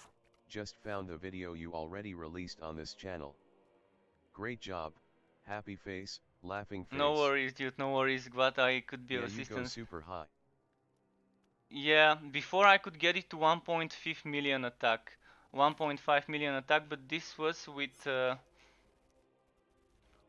Blessing of the Forest mastered.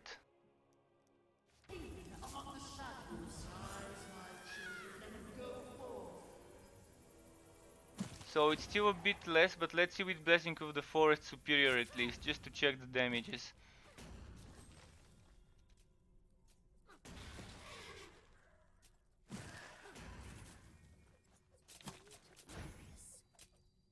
Ah fuck, I lost it.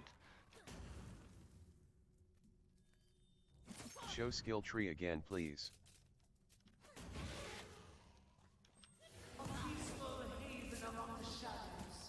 Show the god skill tree. 1.5. I want to see it really fast. There it is, there it is. It seems to be better that way for sure. But the thing is, it counts the HP regeneration as a lot of DPS, the flat DPS, so we'll Thanks. see how it goes. I do enjoy it though, this is nice. I think it's good because it's extra survivability. It's extra survivability, so more HP. That 25 Anyway, I crit will damage just we go can for we both can builds. afford Carrot, losing. carrot, and great to see you working on Ranger. Smiley face.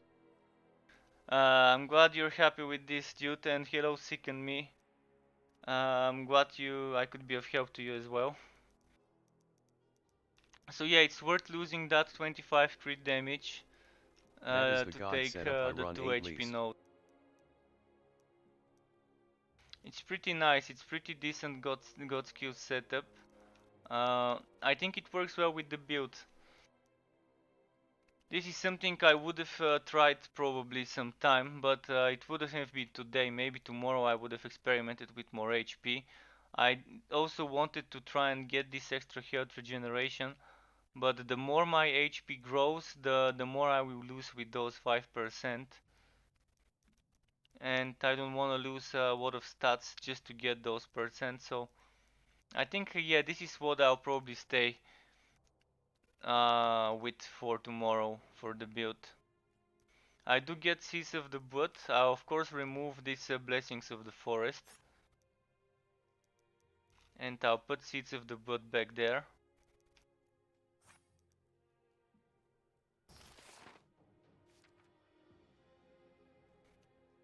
Okay, let's go now. Just need to min-max some items. I need cooldown reduction ring or cooldown reduction amulet. Preferably the amulet, because now I'm kind of stuck with using this spring talisman. Not the best thing. But until I get something with good rolls, I'm kind of stuck to this.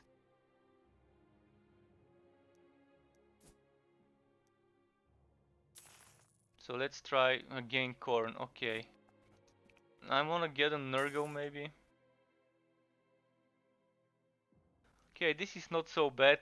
I'll just die when my HP gets too low. I'll just go ahead and die for my HP to get back to my maximum default state. I will also stream for a few more maps because it's getting close to midnight here.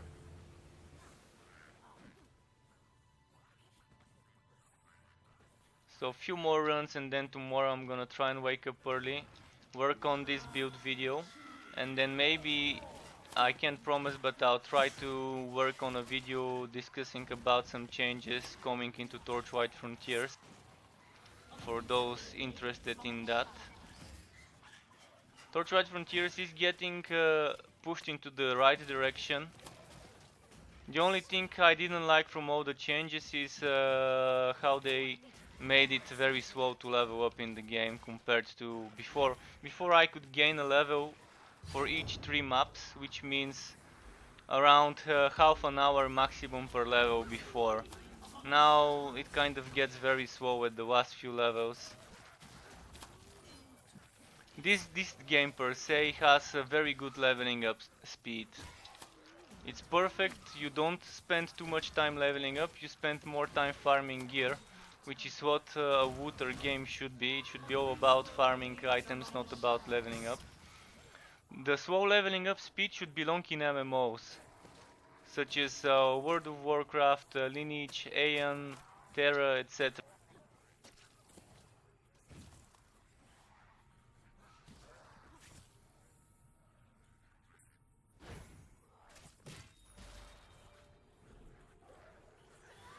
But at least the MMO players kind of do enjoy leveling slow, most of them. I've just had my fair share of MMOs over the past 16, 17 years. So yeah, kind of sick of all those grinders. I'd much rather play a game like this where you level up in a few hours and then just farm endgame loot.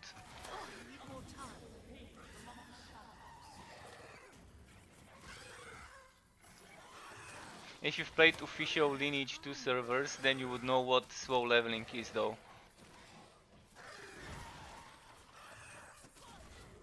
Like official raid, even if it's a private Lineage server, if it's official raid you would see what it means.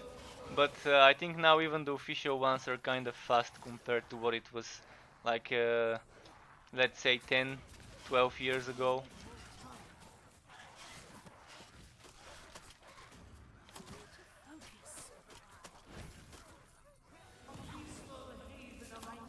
Prepare myself for that.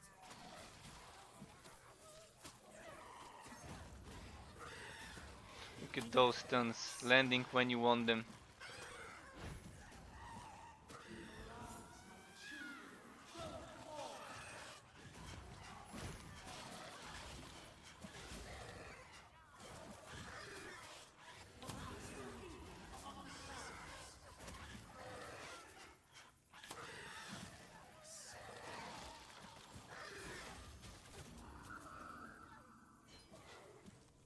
Okay, I'm really happy with the build the way it is now. Especially with this HP increase.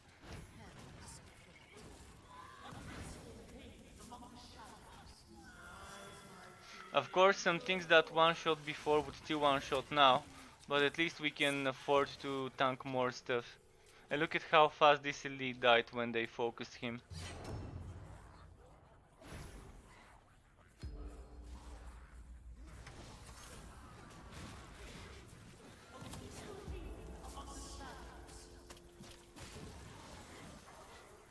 Ideally on the gauntlets if you don't have crit damage it's fine, as long as you have good flat damage and some extra HP.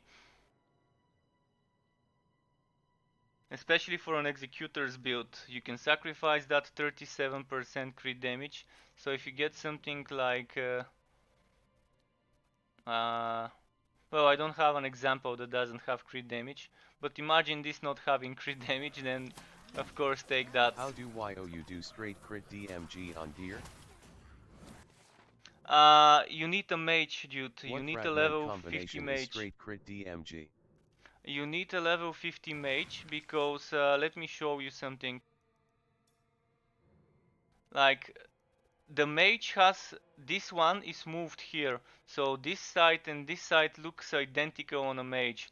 So on a mage you can do something like, let me just put an item. You can do something like this on each side, or you can do something like this on each side. And there is this link is moved here, so you have two links here, two links here, two links here. So one, it's like 4 links altogether on a mage. I have a video on blessings on YouTube. You can kind of look at it if you want to. It's slightly outdated, but the main points are there. So they have to bless for you. Yeah, you kind of have to transfer the gear in your warehouse, take That it makes with the sense. mage. I will look at that video. No worries, glad I could be of help, dude. It's a bit outdated video, but the main points are still valid there. That I can give you.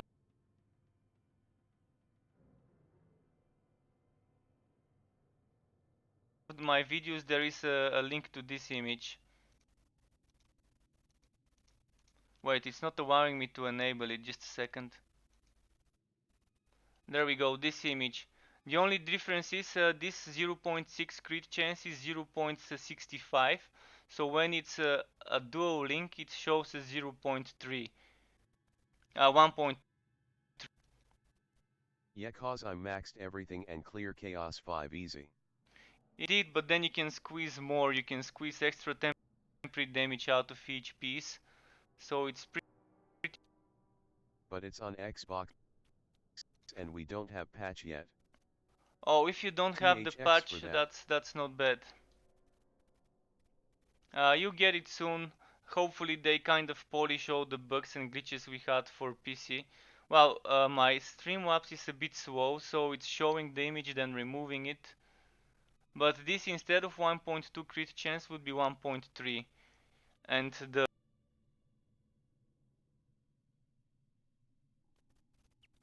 so now I'm just waiting and hidden. So let me know if the image reappears. I think it's gone now.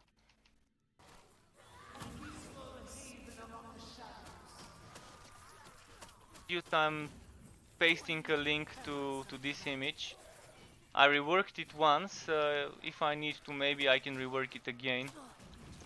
Just to reflect that extra 0.1% when you're using a double link. But the way they did it, they changed it so we can get 20% crit damage instead of 40 before. But now they doubled this, so we're getting 40%, and the crit chance was I think 0.1 per link, or no, it was 0.5 per link. So you could get up to 2%. So it's much better to get crit damage from the mods, from the blessings, and from the item native mods to get crit chance. So it's much better to get crit chance from amulet, ring and ring, and the weapon of hand combo depending what you have, and then get the blessings as crit damage.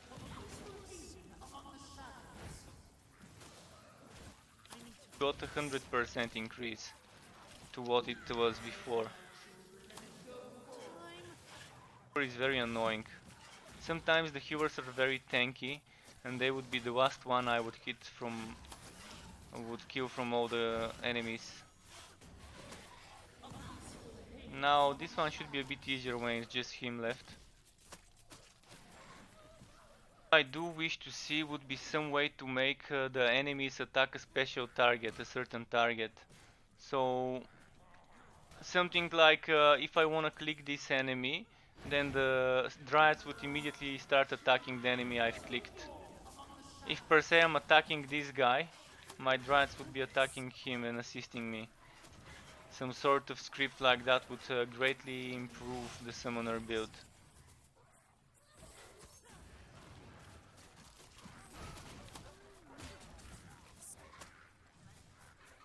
Yeah, on the boss fight, when it's just the boss left, the Dryads kind of obliterate him, as long as I don't get one shot.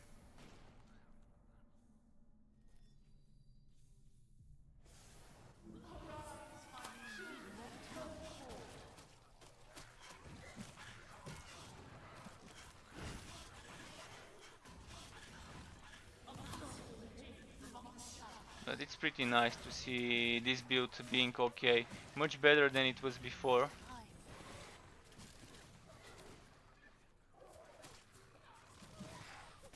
Oh, I need more Can't see time. anything with those portals summoning.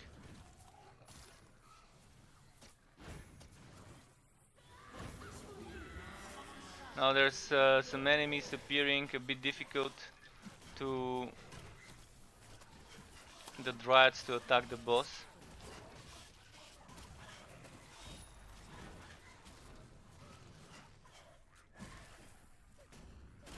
I need to prepare myself for that.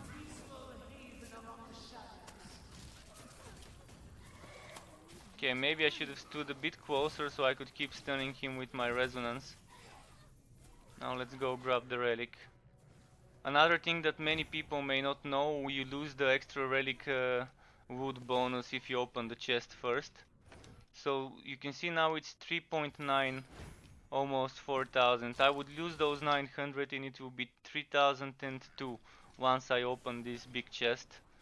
So if I want to open the other chest, I would go and open them first before that. Otherwise you lose that 900% or 600 or 300. Whether you're losing 300 depends if you're doing a lesser or a grant. You can see now I lost that 900, which was the grant relic bonus. So if there's some nearby chests, open the little chests before opening the big one. This is the bonus you're losing. If you're doing lesser, it's 300, here 600, here 900. So once you open the relic chest, it disappears. Okay, this will be the last map for the day, I think. And let's try and maybe get an Act 3 but with decent rolls. Because it's gonna be a challenge doing Act 3 on such a build.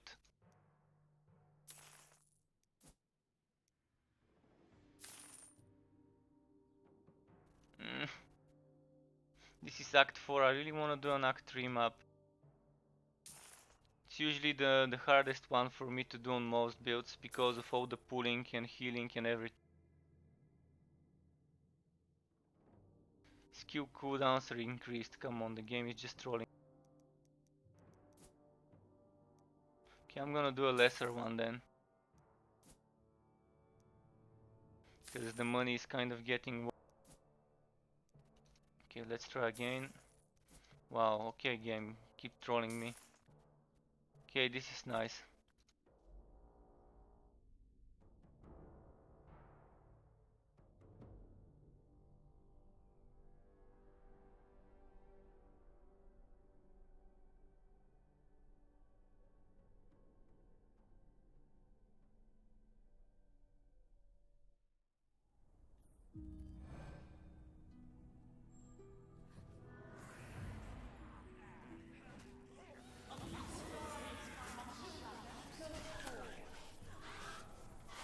Ring of Resonance should greatly help in this map because there's constantly enemies trying to backstab you and to attack you, and they do a lot of damage in this map.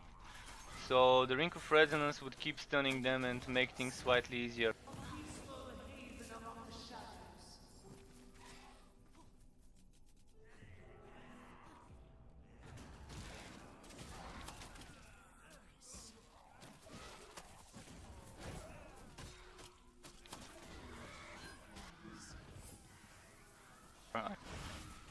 Time. And the healers kind of keep running away most of the time, so with the Ring of Resonance you could at least stun him. Or you can keep him busy while your summons kill the other enemies, which happened just now for me.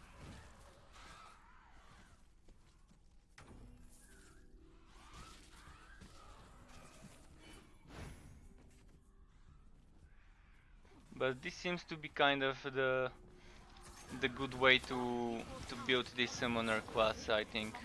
This God tree setup, and the passive setup is not a bad one. The only thing I could probably change on the passive setup would be to get the extra cooldown potion. Maybe it would be a bit better. It depends. With the master,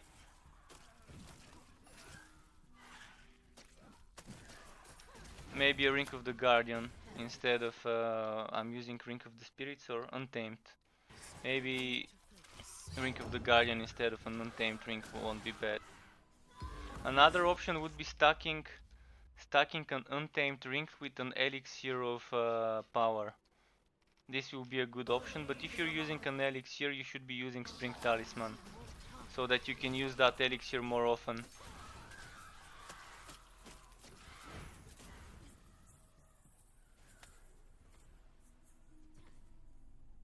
So regardless what class you are, each class has an amulet that decreases the cooldown of the potion. So if you want to use elixir skills from the invasion tree, I would strongly suggest using this specific amulet. Just so you can spam the elixirs more often.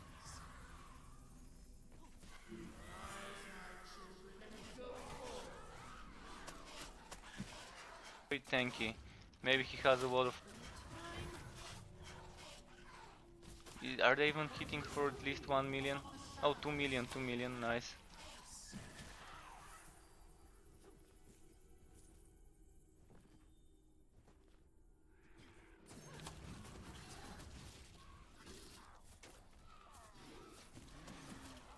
My damage seems to have dropped drastically suddenly. Was it the map mode? Hero damage decreased in proportion to their missing energy. Oh, this is why I'm not missing much energy. I don't have a way to get rid of my energy at the moment. So this is kind of a counter map to my setup where I'm not losing much energy. Because I'm using mostly skills with cooldown. Prepare myself for that. So the only way would be maybe to die. But even that may not guarantee that I would lose my energy. Let's see. Yeah, I'm at full energy, fuck. Yeah, this is kind of a counter to such build.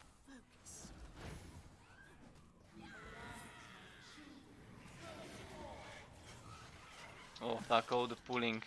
And there's 2 healers there. This is terrible.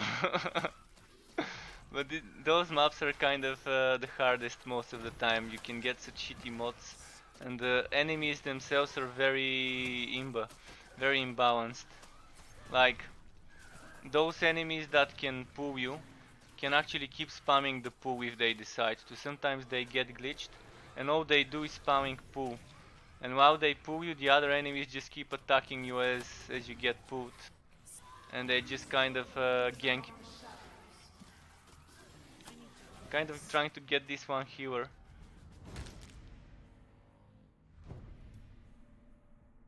And do my summons die when I die? Pff, look at this, that's what I was talking about. Kind of crowd control walked. And I kind of have to go through them or skip them. Wow, okay. Can try and skip them then.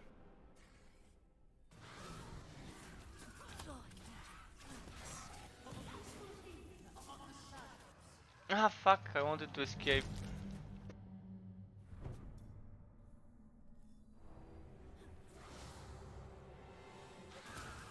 Yeah. This map, I don't know why they decide to make this such nightmare usually. Maybe mostly in the cooldowns of the guys that pull you and the damage of those raptor guys. Oh, I need to prepare myself for that.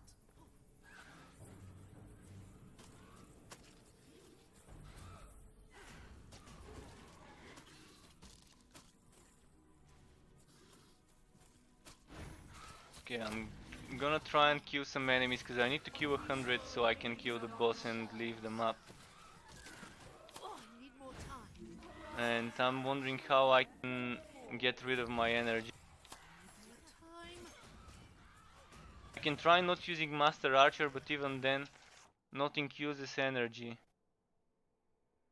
Not a single skill of mine uses energy.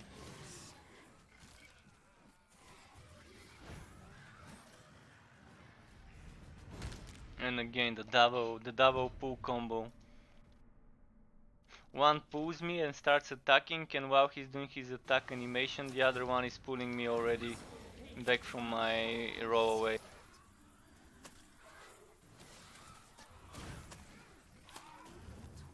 Wow, those guys came all the way from here to here.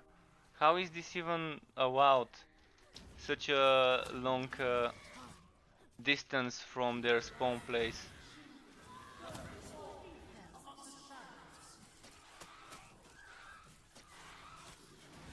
I think I kind of lost them now, but that was quite a marathon for them. But yeah, now with full energy my damage is gonna be tragic for the rest of the map.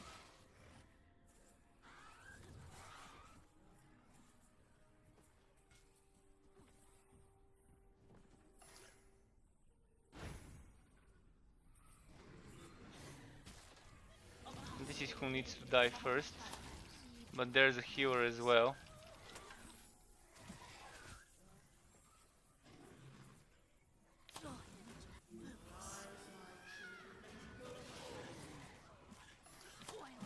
A fucking annoying healer, man.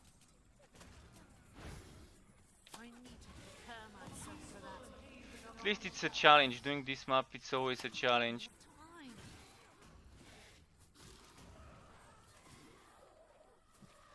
Did the healer die? Oh yes, finally.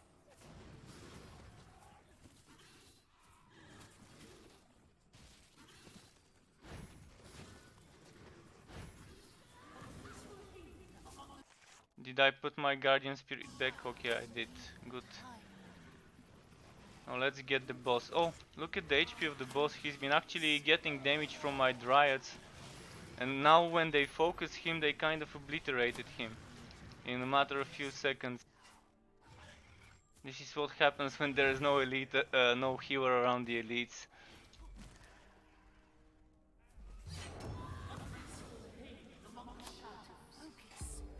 So I've just been kiting around killing some elites, and in the meantime my pets have been killing the boss and kicking his ass.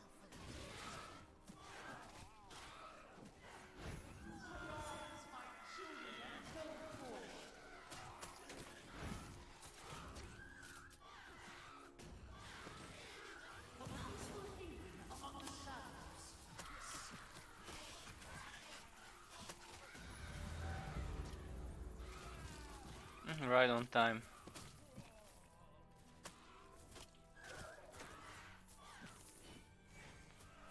Well, okay, this will be it for today from me. It's 7 past midnight, so I might just go watch some Netflix and go get some sleep. Tomorrow this build will be posted. If you wanna see the skills and god skills, I'll quickly show them now at the end of the stream, so you can know if you've joined later. So this is kind of what I decided to stop my god skills as for this specific build. Those are the skills, and the gear ideally would be maybe a master archer bow for extra cooldown reduction. For the ring you would preferably farm a ring of resonance from the invasion, but if you don't have ring of resonance, grab a ring of the guardian together with either an untamed or of the spirits.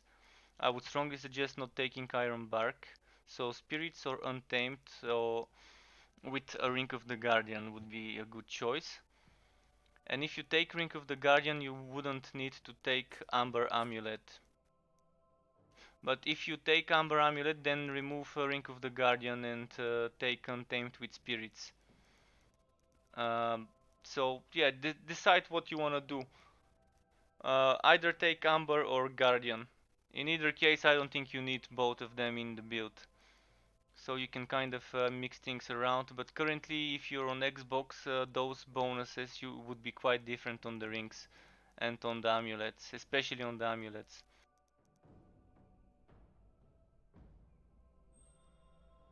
So I'll be streaming again tomorrow. Thanks everyone for joining my stream and watching on all different platforms, and until next time. Keep it cool, guys. Goodbye.